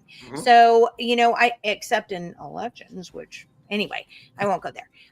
But I would adjure you guys to have listening sessions and say, hey, this is Epic's Day. You parents get to come in and talk to the board about what you think we need to, So I would agree that each one of those schools has their board as well, and hopefully those boards are listening to their schools. But I believe everybody should be. I like your idea of a listening session. It's been interesting as I've been sitting on these boards now these two boards in the last year. They're relatively low attended. It's not like the State Department of Education. Over the last couple months, obviously we've had a lot of press come to the boards. They're wanting to see the drama, and we're not trying to excite the drama. We're trying to use rational thought in our approach to how we've had to handle the St. Isadore issue. Well, so it's coming up on 1:30. We passed it. So is there anything that you want? I mean, Michael, you were trying to say something, but I was just going to tell Brian that in the early years of a couple of my older kids' education, they were in a regular charter school in Edmond, but I can honestly tell you, we had no idea that there was even a separate charter school board, let alone any type of communication that they had board meetings or we could go or have any kind of participation or say. So, I don't know how that's still handled today, but I think a requirement of every one of these charter schools should be, hey, we have our own board that this is when our meetings are, and it should be emailed or sent out to parents in one way or another. Because I'll tell you, I would have gone to multiple of those board meetings with issues that we had of the school that we had no idea that was even. I mean, we just go in, talk to the principal, she'd say okay, but we needed that next level of board accountability. Absolutely. And teachers are never required to go, which I think is really terrible. I mean, it's once a month usually. Teachers should be required to go to their board meetings. I mean, it's my 2 cents. I'm going to have teacher hate me. I think requirements are different upon appointment. It may be a good idea. I don't know if you can, compel them as part of their employment contract that they have to go to a board member. A charter school, put it in the charter. Yeah. They could. I do want to get, before we get off here, I do want to get just some clarification from you, Brian, on how this process would work. And you can summarize or answer as quickly as you want or take as much time, whatever. So just rewind back to like that Dove Academy situation. I'm not going to say they are or not doing it. I'm just going to give like an example. So you have public money coming into the school, which is 100% accounted for, audited in one way or another. We know that private money is coming into those schools also. What is the accounting process and auditing process for that private money? I mean, can they just spend that on whatever they want? Can they bring in special speakers or promote some type of doctrine or have, some kind of other class? How do we know our public money, we know the public money is being spent on one way or another, but how do we, as the public in that same situation, follow how they're spending their private money? So there's two parts of that. If it goes into those accounts, they are going to be reviewed and audited. I would tell you there are what I would consider probably mirrored accounts that are separate. Just like, for instance, some schools will have a separate trust that they say we're going to do that. I don't know the details of every school. And I can find out, because I don't know the answer if these private funds are funneling into these accounts, and I need to ask our accounting people, see what is happening. But I do know everything that does come into the accounts is reviewed with. They have to show purchase orders for where the money's going. Everything that money's used for in those accounts have to be accounted for and what they're used for. So even on the private side, they've got. I would say any money that comes into those accounts. Again, they're open to scrutiny. But I do know that. as a public person, can I send in for example, like an open records request and say, hey, I want to see just the private accounting of the private money coming into this school, for example? Do I, as a citizen? I don't know the answer to that, to say, hey, where's it all coming from? But any of the money that's spent is accounted for. I do know that. If there's a separate organization that is sponsoring whatever school, let's say they're providing free lunches. I don't know, you name it. And if they're doing that on their own dime and their own efforts, and the schools welcoming them to, provide afternoon snacks or books, I don't know if that would be under the scrutiny of the statewide charter school board. Well, that's actually a good question, because we've pointed out on this program numerous times that grants, for example, are an excellent way to skew any organization or school or whatever, because the granting organization says, sure, you can have this $45,000, but then in return, you're going to do XYZ, which now may not be part of the charter, which may not be something that the parents want, which was going to skew it off into another different direction. And that has to be a huge part of what you guys are doing on that board. What'd you say? Yeah, us, right? Or are we those people? Yeah. We're all together. Yeah, we've seen all the way at the very smallest part of that, let's say, private contribution to the schools. We've seen the library books be done, a book at a time being donated into the library. Yeah.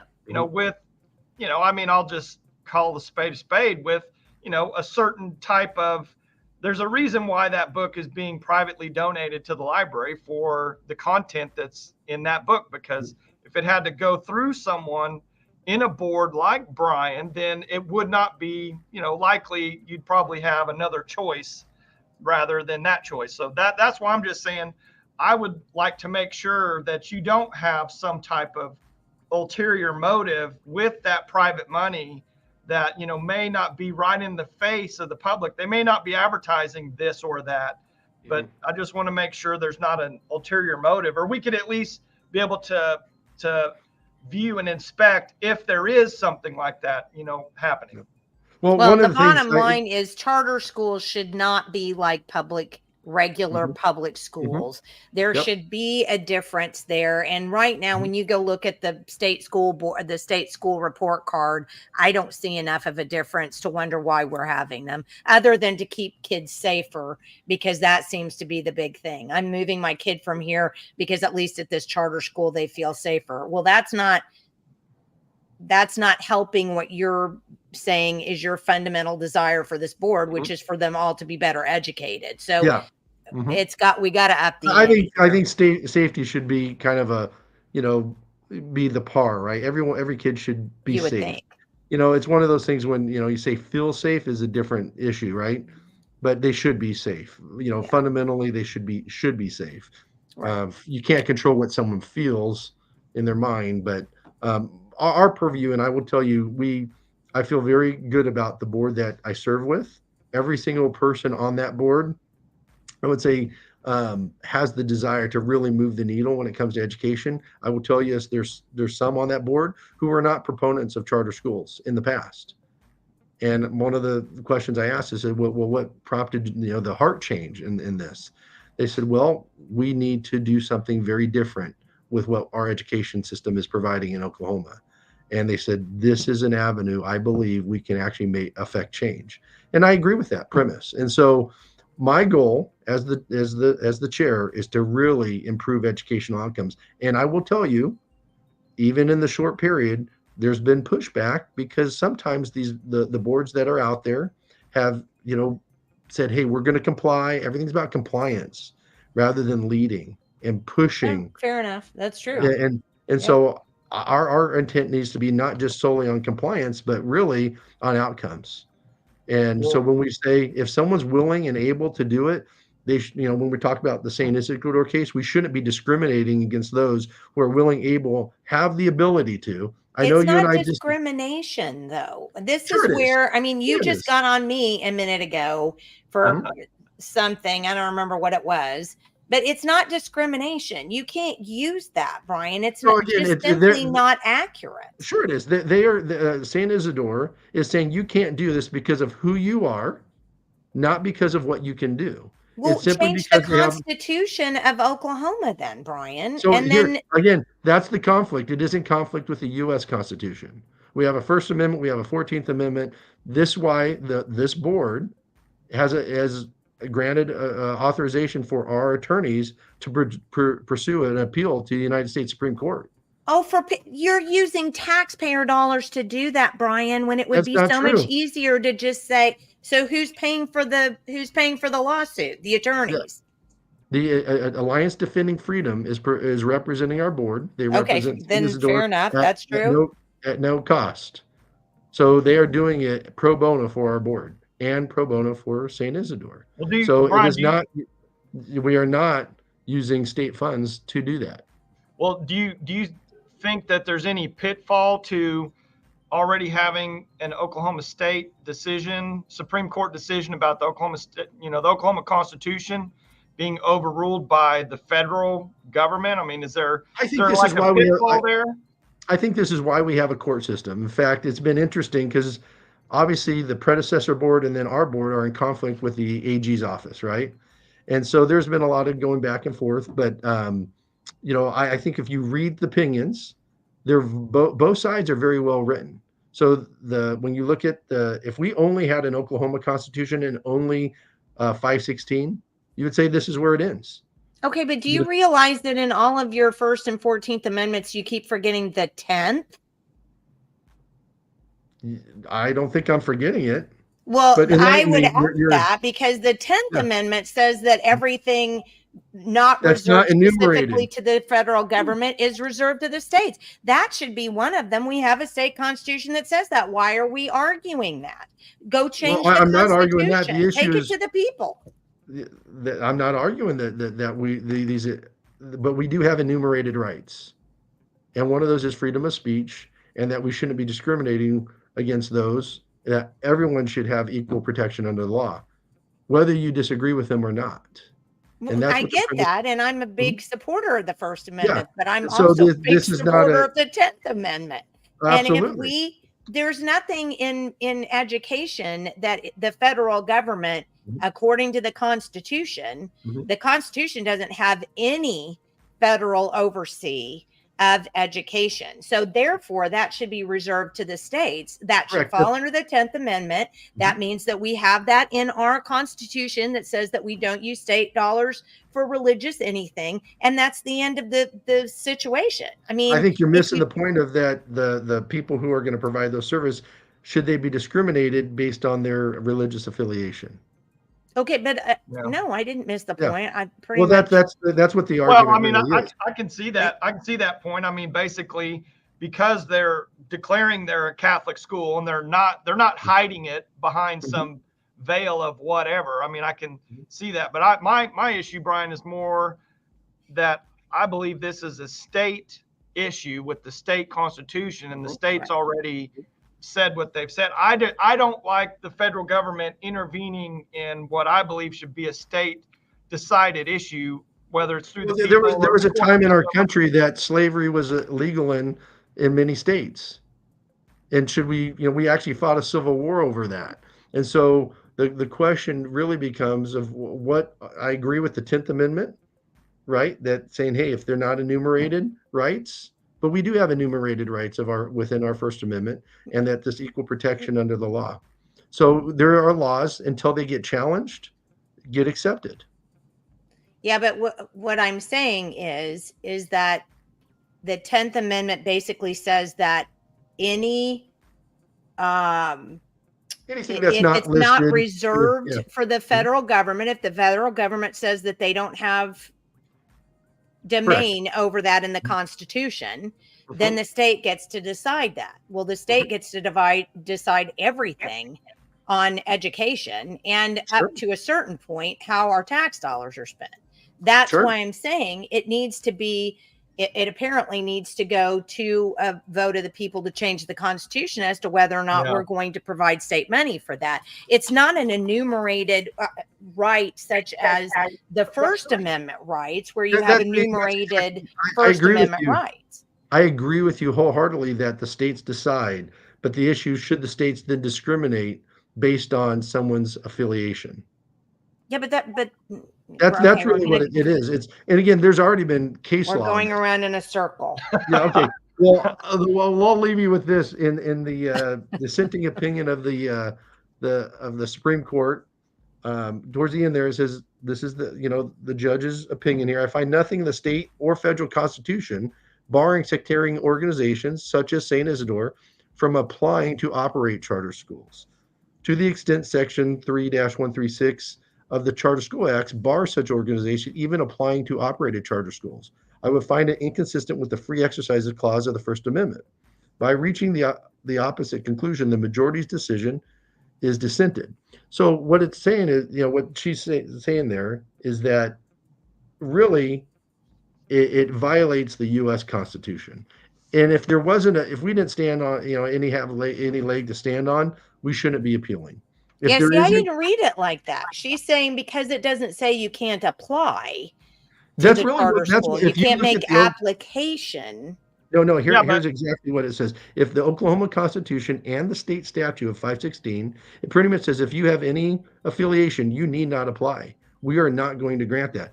But then the question becomes, should they be discriminated against because of their affiliation?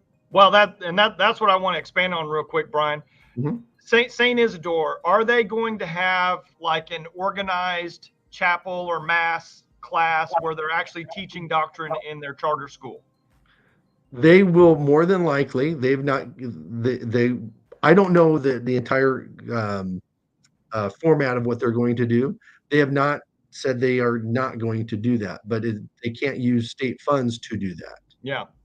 So but in their application, application to you, did they say that they're going to have a doctrine type of class in their curriculum? They will be teaching some of their religious studies, but the funding, like you were asking about before, is not from the state. It has to be privately funded. Yeah. Well, we could go into but it's part of their charter. They're not being secret about it. Well, we could go into that, for another hour. But what I want to say is, on the discrimination side, I could see making the discrimination case if by name only St. Isadore Catholic Charter School by name only was being discriminated against. But if they're actually going to have doctrine, as part of the curriculum, then I don't know if that's necessarily, discriminating the entity because of their affiliation, if they're actually going to have doctrine as part of the curriculum. Yeah. Well, I go ahead, Jenny. No, he asked you the question. I was interrupting. No, I think the key is they're very open about what their goals are. It's to educate in their format. Yeah. But it could be praying. It could be that, hey, they believe in more structure, discipline. And if parents believe that's the best environment for their kids to learn, and it's going to produce the best results, and that's where I believe the free market of ideas, if they aren't producing results, I believe parents will unenroll their kids and go somewhere else, and their charter won't be renewed. But if they're actually producing results, maybe more parents will want to sign up, or more schools will say, hey, we need to implement some of these things that are actually moving the needle in regards to education. So one last thing, and poor Becky, I'm sorry, Becky, you've been commenting, and I guess I just not been noticing. I'm so sorry. Michael, you weren't noticing either. They don't, for whatever reason, in that stream, once on my screen, once they get down to the bottom, they don't automatically scroll up. They don't reload. That's why I'm going to send something to StreamYard about that, because she's made some nice questions. Yeah, I think and what's interesting, I'm reading, they're kind of flipping, over in regards to, I hope it doesn't dominate. I would tell you, as important as I think the St. Isadore case is, it should be the smallest thing we do. I do believe it's important, but I will tell you, I've talked to every single board member, and I said this should be dwarf anything that we have to accomplish on our board. Well, and I actually like to. Becky says, "No, I'm sorry for being so chatty." No, we're happy that you're chatty. I'm just sorry I didn't notice that I could have put these in. So I just want to leave with one thing. I read Bonhoeffer by Eric Metaxas, and I just ask everybody to read that. It's the most phenomenal book. I learned so much from that. And one of the things that Eric Metaxas argues about in the book, because don't forget, Bonhoeffer was a pastor, and he saw the individual Christian churches in Germany becoming fused into the one German church. And that was the church then that Hitler used to create dogma and propaganda that basically called the Jews dogs and other things, and made it tried to make it easier for people to accept that they were just going to commit genocide. So he said in his book, basically, that the reason between church and state has gotten completely out of focus. And the reason between a separation between church and state is because the church should be the watchdog of the state. And I don't think people think about that. I think that in today's society, because I'm older than you two, but I know you guys were still kind of on that edge of, we don't talk about religion and politics in polite society, correct? So, I hear that all the time, but those are the things that really affect our lives. That's why we are where we are. That's exactly correct. Those are the most important discussions to have. And so he talks about the fact that the church is actually the watchdog of the state. And so when the state becomes entangled with the church in any way, then it becomes hard for that church to maintain the watchdog position over the state. And when you think about it like that, and that can really make some sense, entanglement like that creates situations in which it's very easy for the church to overlook things. And one of the really good examples was what happened during COVID. And you had churches, particularly in Canada, but on the East Coast and in America for sure, and on the West Coast, you had churches telling parishioners that they couldn't go to their church because COVID. And why? Because the church got a tax break from the state, and so the state would basically exert that ownership over the state when it benefited them. And so I think that's what I want to end this discussion on, is just that thought process that I don't think we really flesh out very well. I love Catholics. I had somebody call me a bigot because I don't agree with this. Right. Yes. I'm sure all my friends believe that I'm a Catholic bigot. I mean, really. I believe in exactly what you're talking about. Is, our Constitution is founded on the issue of individual liberties, of protecting the rights of the individual. And the more we can push that and say, this is what we need to do, is protect individual choice and freedom. We have a compulsory education system. No matter what, we can agree that it's there. You might not like it, but we do. And so the charters are one aspect that give a little bit more choice to parents and autonomy. So each one of these charters has an independent board, and it should be based on the results of what's going on with the schools and the students. So when we look at all the different things we're talking about, my focus is going, how do we expand school choice? So hopefully it provides better outcomes in education. We as a board need to hold those boards accountable to producing good results, not renewing their contracts if they're doing a crummy job. No knock on your husband on the lawn work, but you should have the freedom. Let me tell you. Hey, I bought him a lawnmower. But I will tell you, there's been times my wife has had to fire me of things and saying, I'm getting someone else to get this done, and, I end up paying for it, right? Well, that's kind of what we're doing. Is so I believe we should expand more choice, individual autonomy when it comes to the education. We shouldn't be only funneled in to the government, only this is your only choice of the school you're assigned to in this. We do have open enrollment. We have private schools. We have the tax credit issues, but there are a lot of people who are not getting served. And typically it's those on the lower end of the income brackets. So yeah, but and don't get me started on that, because that's another red herring that we can talk about when we talk about taxes, because have a that's whole nother actually not the way. discussion. So I know that's not actually the way that works. But I will say this. I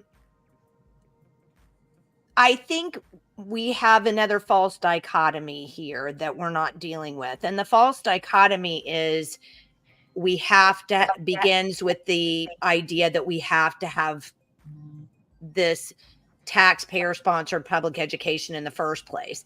And I know that people will say, and I know what the arguments are for that, but I do think that one of the things that we don't do is we don't ever go back and say, because what we're doing with the charter school thing, what we're doing with the tax credits is growing government while we're all saying, no, but we want individual freedom. Well, you can't have individual freedom when you keep overgrowing the government and overgrowing the government.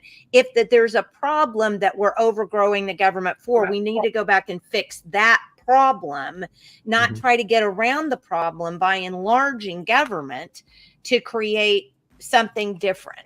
And that's the other real basic bottom line why I have a problem with this school choice stuff is you're just you're saying, I'm a Republican, I'm for school choice, I'm for enlarging government, but I want individual freedom, but I'm not going to go back and start trying to solve the problems at the bottom. I'm just going to go around and create more government. And that's the thing that I just genuinely detest. I mean, there's got to be a way to stop the problem at the beginning and stop all of this nonsense. Parents have the choice.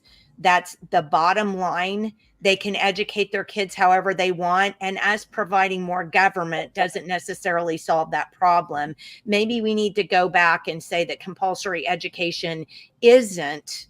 And I'm not even saying let's get rid of public education. I'm saying let's go back and say compulsory education is not a law in Oklahoma. And once you do that, that opens up a whole bunch of stuff because I would say I would disagree with you there, right? Because then I think one of the greatest forms of bondage, and you see this in a lot of countries, they don't have freedom of speech and they don't want their populations educated and they try to keep them uneducated.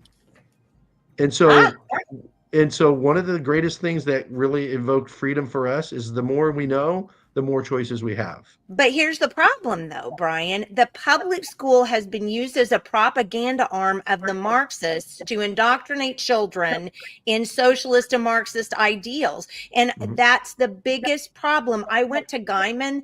Oh, Julia and I went to Guyman. Julia's on here. She might even chime in. We went to Guyman one time to talk about dark money. And one of the ladies was like, I'm so sorry there aren't more people here, but there's a baseball game here. And then we got into this discussion where she basically said, you know, we've always been a very conservative group out here. We were a bunch of farmers, you know, we've been very conservative. And over the years, this has been getting less and less so. And I'm like, because you have an infection center of Marxist ideals that's infecting everything in your county, in your area. And that's that public school, because that's where all the nonsense is coming from. So when you say, well, we have to have, you know, people educated, we're not doing that. I mean, right now. You're making my point. No. Is there should be an alternative choice to the one that they're given. But why don't we stop the state indoctrination centers in the first place and then start over? I don't think we should have state indoctrination. That's exactly my point. You're making my point. We need to expand. But I'm not. You're picking apart. My point is. Well, you're making it easy. You're picking apart and saying I made your point. My point is the fact that we keep enlarging government to create issues that we keep creating without fixing them at the beginning. No, what we're doing is it's allocation. We're not necessarily enlarging government. I'm not getting paid, so I'm not enlarging my salary, right? I'm doing this as a volunteer. But you have a person who does correct. So how many people do you have on your staff that are paid? I think there's about 6 people currently. Okay, there you go. Yeah. Now you And made we have my a budget. point. Yeah. No, that is it, right? So when we look at that, it's allocation. It's opportunity cost. This is true economics. You can't buy everything. And that's what you're saying is, the expansion of government. That's what our federal government seems to be doing, is just expanding and spending That's money what we're we doing don't have here. for things we don't need. So the question we have is, we have to have a balanced budget in our state, and we can say, hey, do we want to continue to fund this way, or do we want to provide another way, moving dollars that, in my opinion, following the student will have a greater impact. But all we did was create more places for money to go. So we're already paying for the indoctrination centers, and now we're paying for charter schools, and now we're paying for the salaries of a charter school board, state charter school board. And now, I mean, I don't get how you get that I'm making your point. I'm making my I'm saying point. we should have more choices. Now, anybody still has the freedom to take their kid and put in private school. Not everyone has the economic freedom to do that. Yeah. Well, the only thing I see here, Brian, because I came from a town like Guyman, in this whole rural area, I mean, do you really have a choice to go have the private school, or even start, start the charter school? I mean, because if you have to pre-fund that whole thing in a smaller community, let's say, in a place even like Woodward, which is a pretty decent sized, smaller town. I mean, if you can't come up with all that money and funding, I mean, how would that even, that's exactly what the original intent of the statewide virtual charter school board was to provide resources to typically more rural or lower economic neighborhoods. Yeah. Resources being funds? Well, it would actually be curriculum. So we have a program. Like the choice, having the choice. Having the choice to go do this and have access. So many schools, I will tell you, you want to talk about a cabal, there's a lot of money in the education system paying for curriculum. Oh, yeah. Oh my goodness. That's a whole nother can of worms. I think you could have a week-long discussion for sure on that. But there's also a lot of money in school choice too. That turns into a lot of dark money for political races and all that kind of stuff. So I'm not going there with you, Brian, because that's all for another hour. We could be on here for days. Yeah. But one of the things that we have is a program called Horizons that will give access to charter schools. We want to expand that to potentially even homeschools. It basically gives. You don't want that either, huh? Oh, you don't want absolutely not. Because if you start me on that road, you and I are going to end up banging our heads against the screens. Listen, my belief, and I shared this with Michael, is, make the case, right? What I'm saying, these are public funds, and if we can put them in more of the public's hands, great. We should not be the ones hoarding them. But don't take it from me in the first place, Brian. How about that? Why can't we say that? Just don't take it from me in the first place. Don't benevolently steal my dollars and then benevolently give them back. I'm not the one stealing your dollars. Believe me, they're stealing plenty of mine too. There's enough stealing to go around here. Yeah. Okay, well, let's stop because it's 2:03. Yeah. Well, I want to make a point for you, Jenny, real quick. Okay. When you mentioned the moving, that possibly moving, resources into homeschool.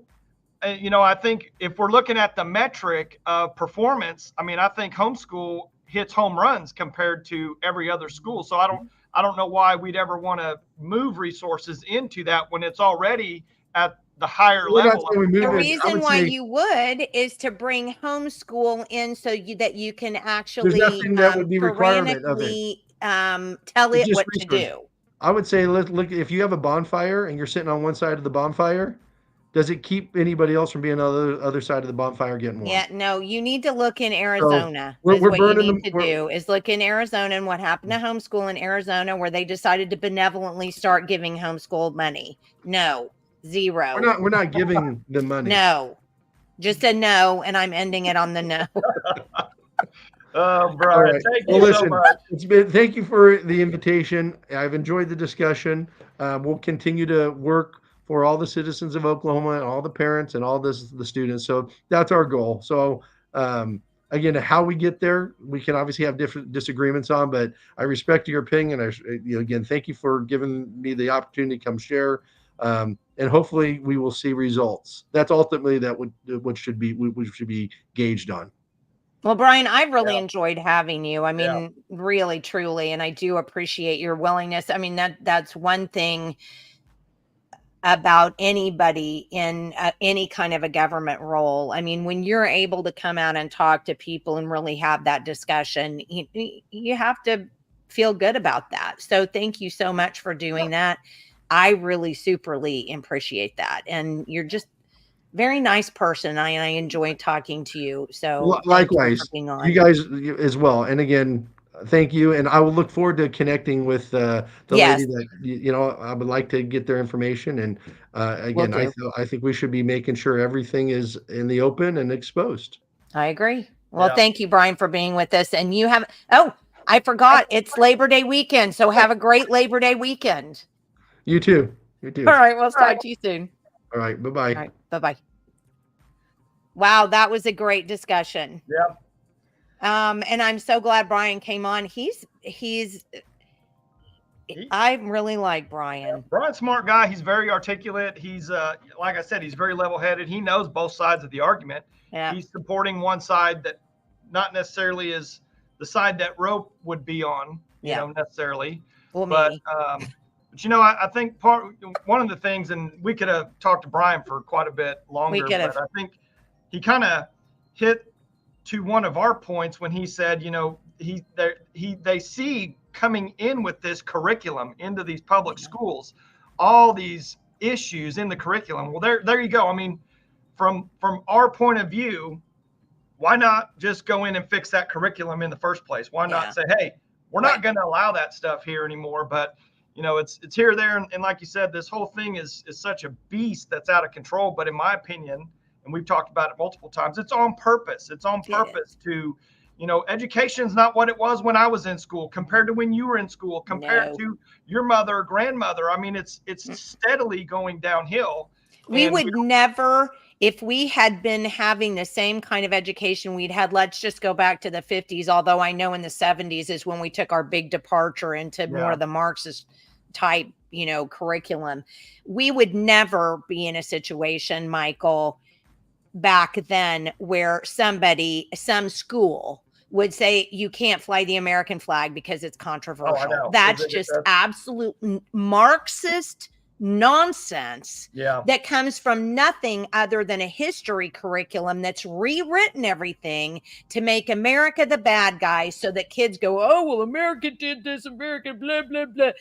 That's where that's coming from. You're never going to convince me any different. Social media is bad, but that's not where that's coming from. That's coming from crappy Marxist curriculum that's getting injected into our public school systems that you and I are paying for. Yeah. Well, and people don't really see that. You know, we've talked about it multiple times on the show, and I've said it multiple times. You know, we have America. Rewind, okay? America, we were the most moral. We were the most forgiving. Amen. We were the most loving. We broke all those barriers of tyranny and all that things, all those things in the past. We did. You know, now through America, the melting pot. They don't even teach that anymore, Michael. Yeah.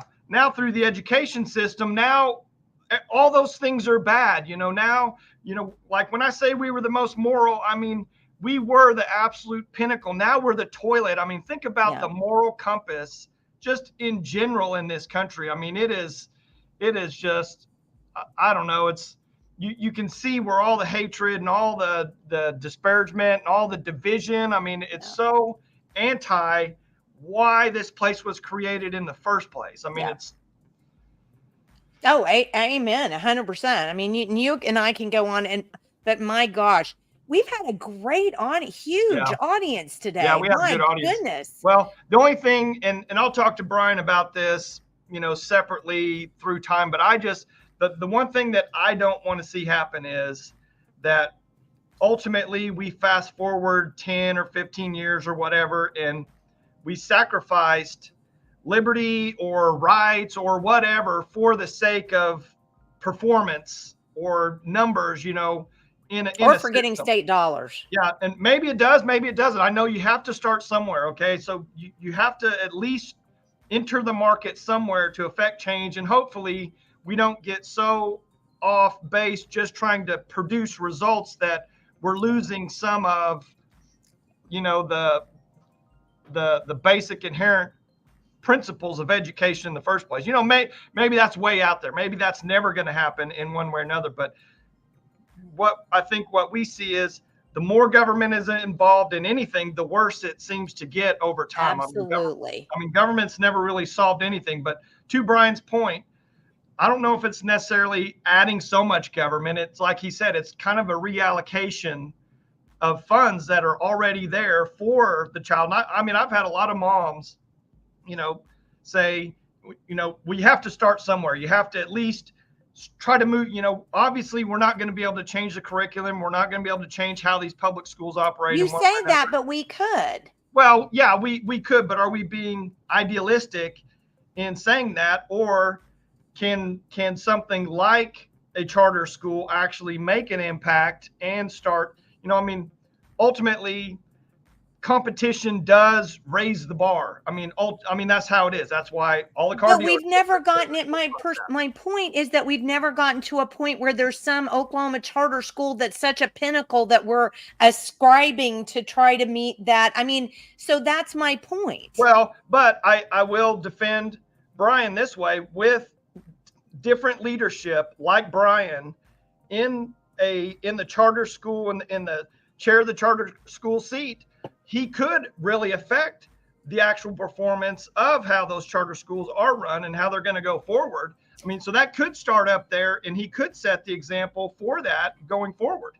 But and he could. I mean, what he was talking about today, I got to tell you, I was very impressed with his ability to articulate things.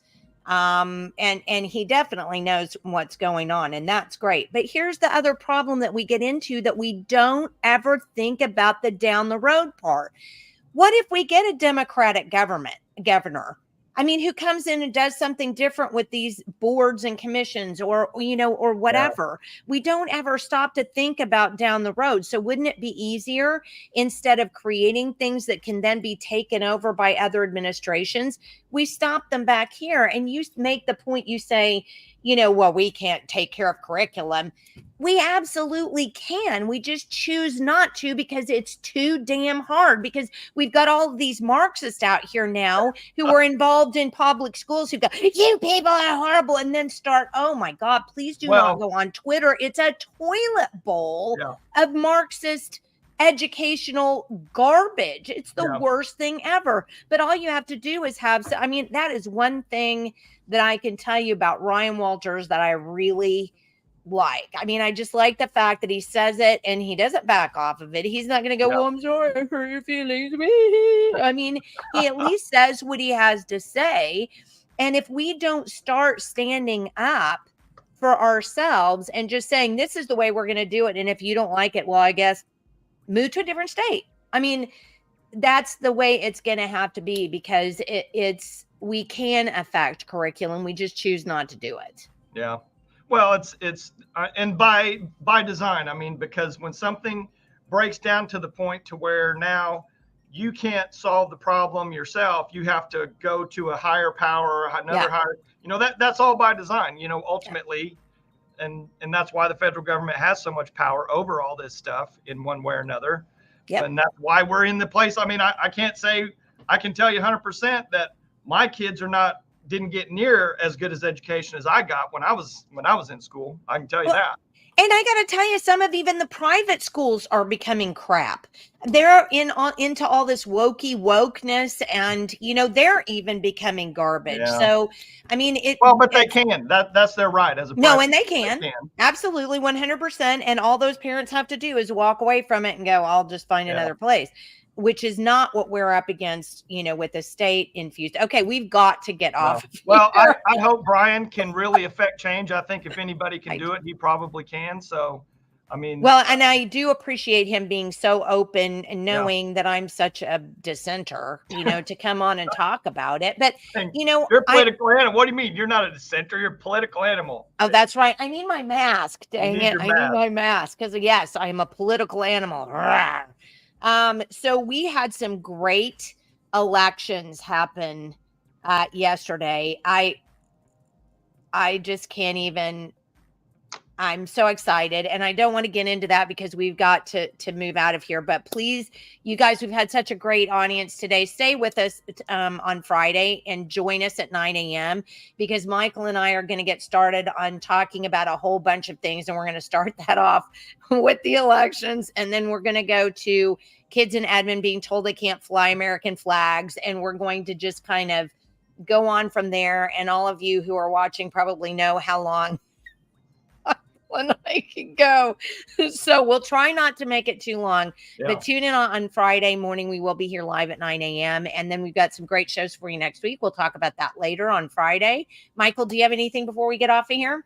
No, that's it. I think we said enough. 2:15. It's a long show. Some people got to go to work, Jenny.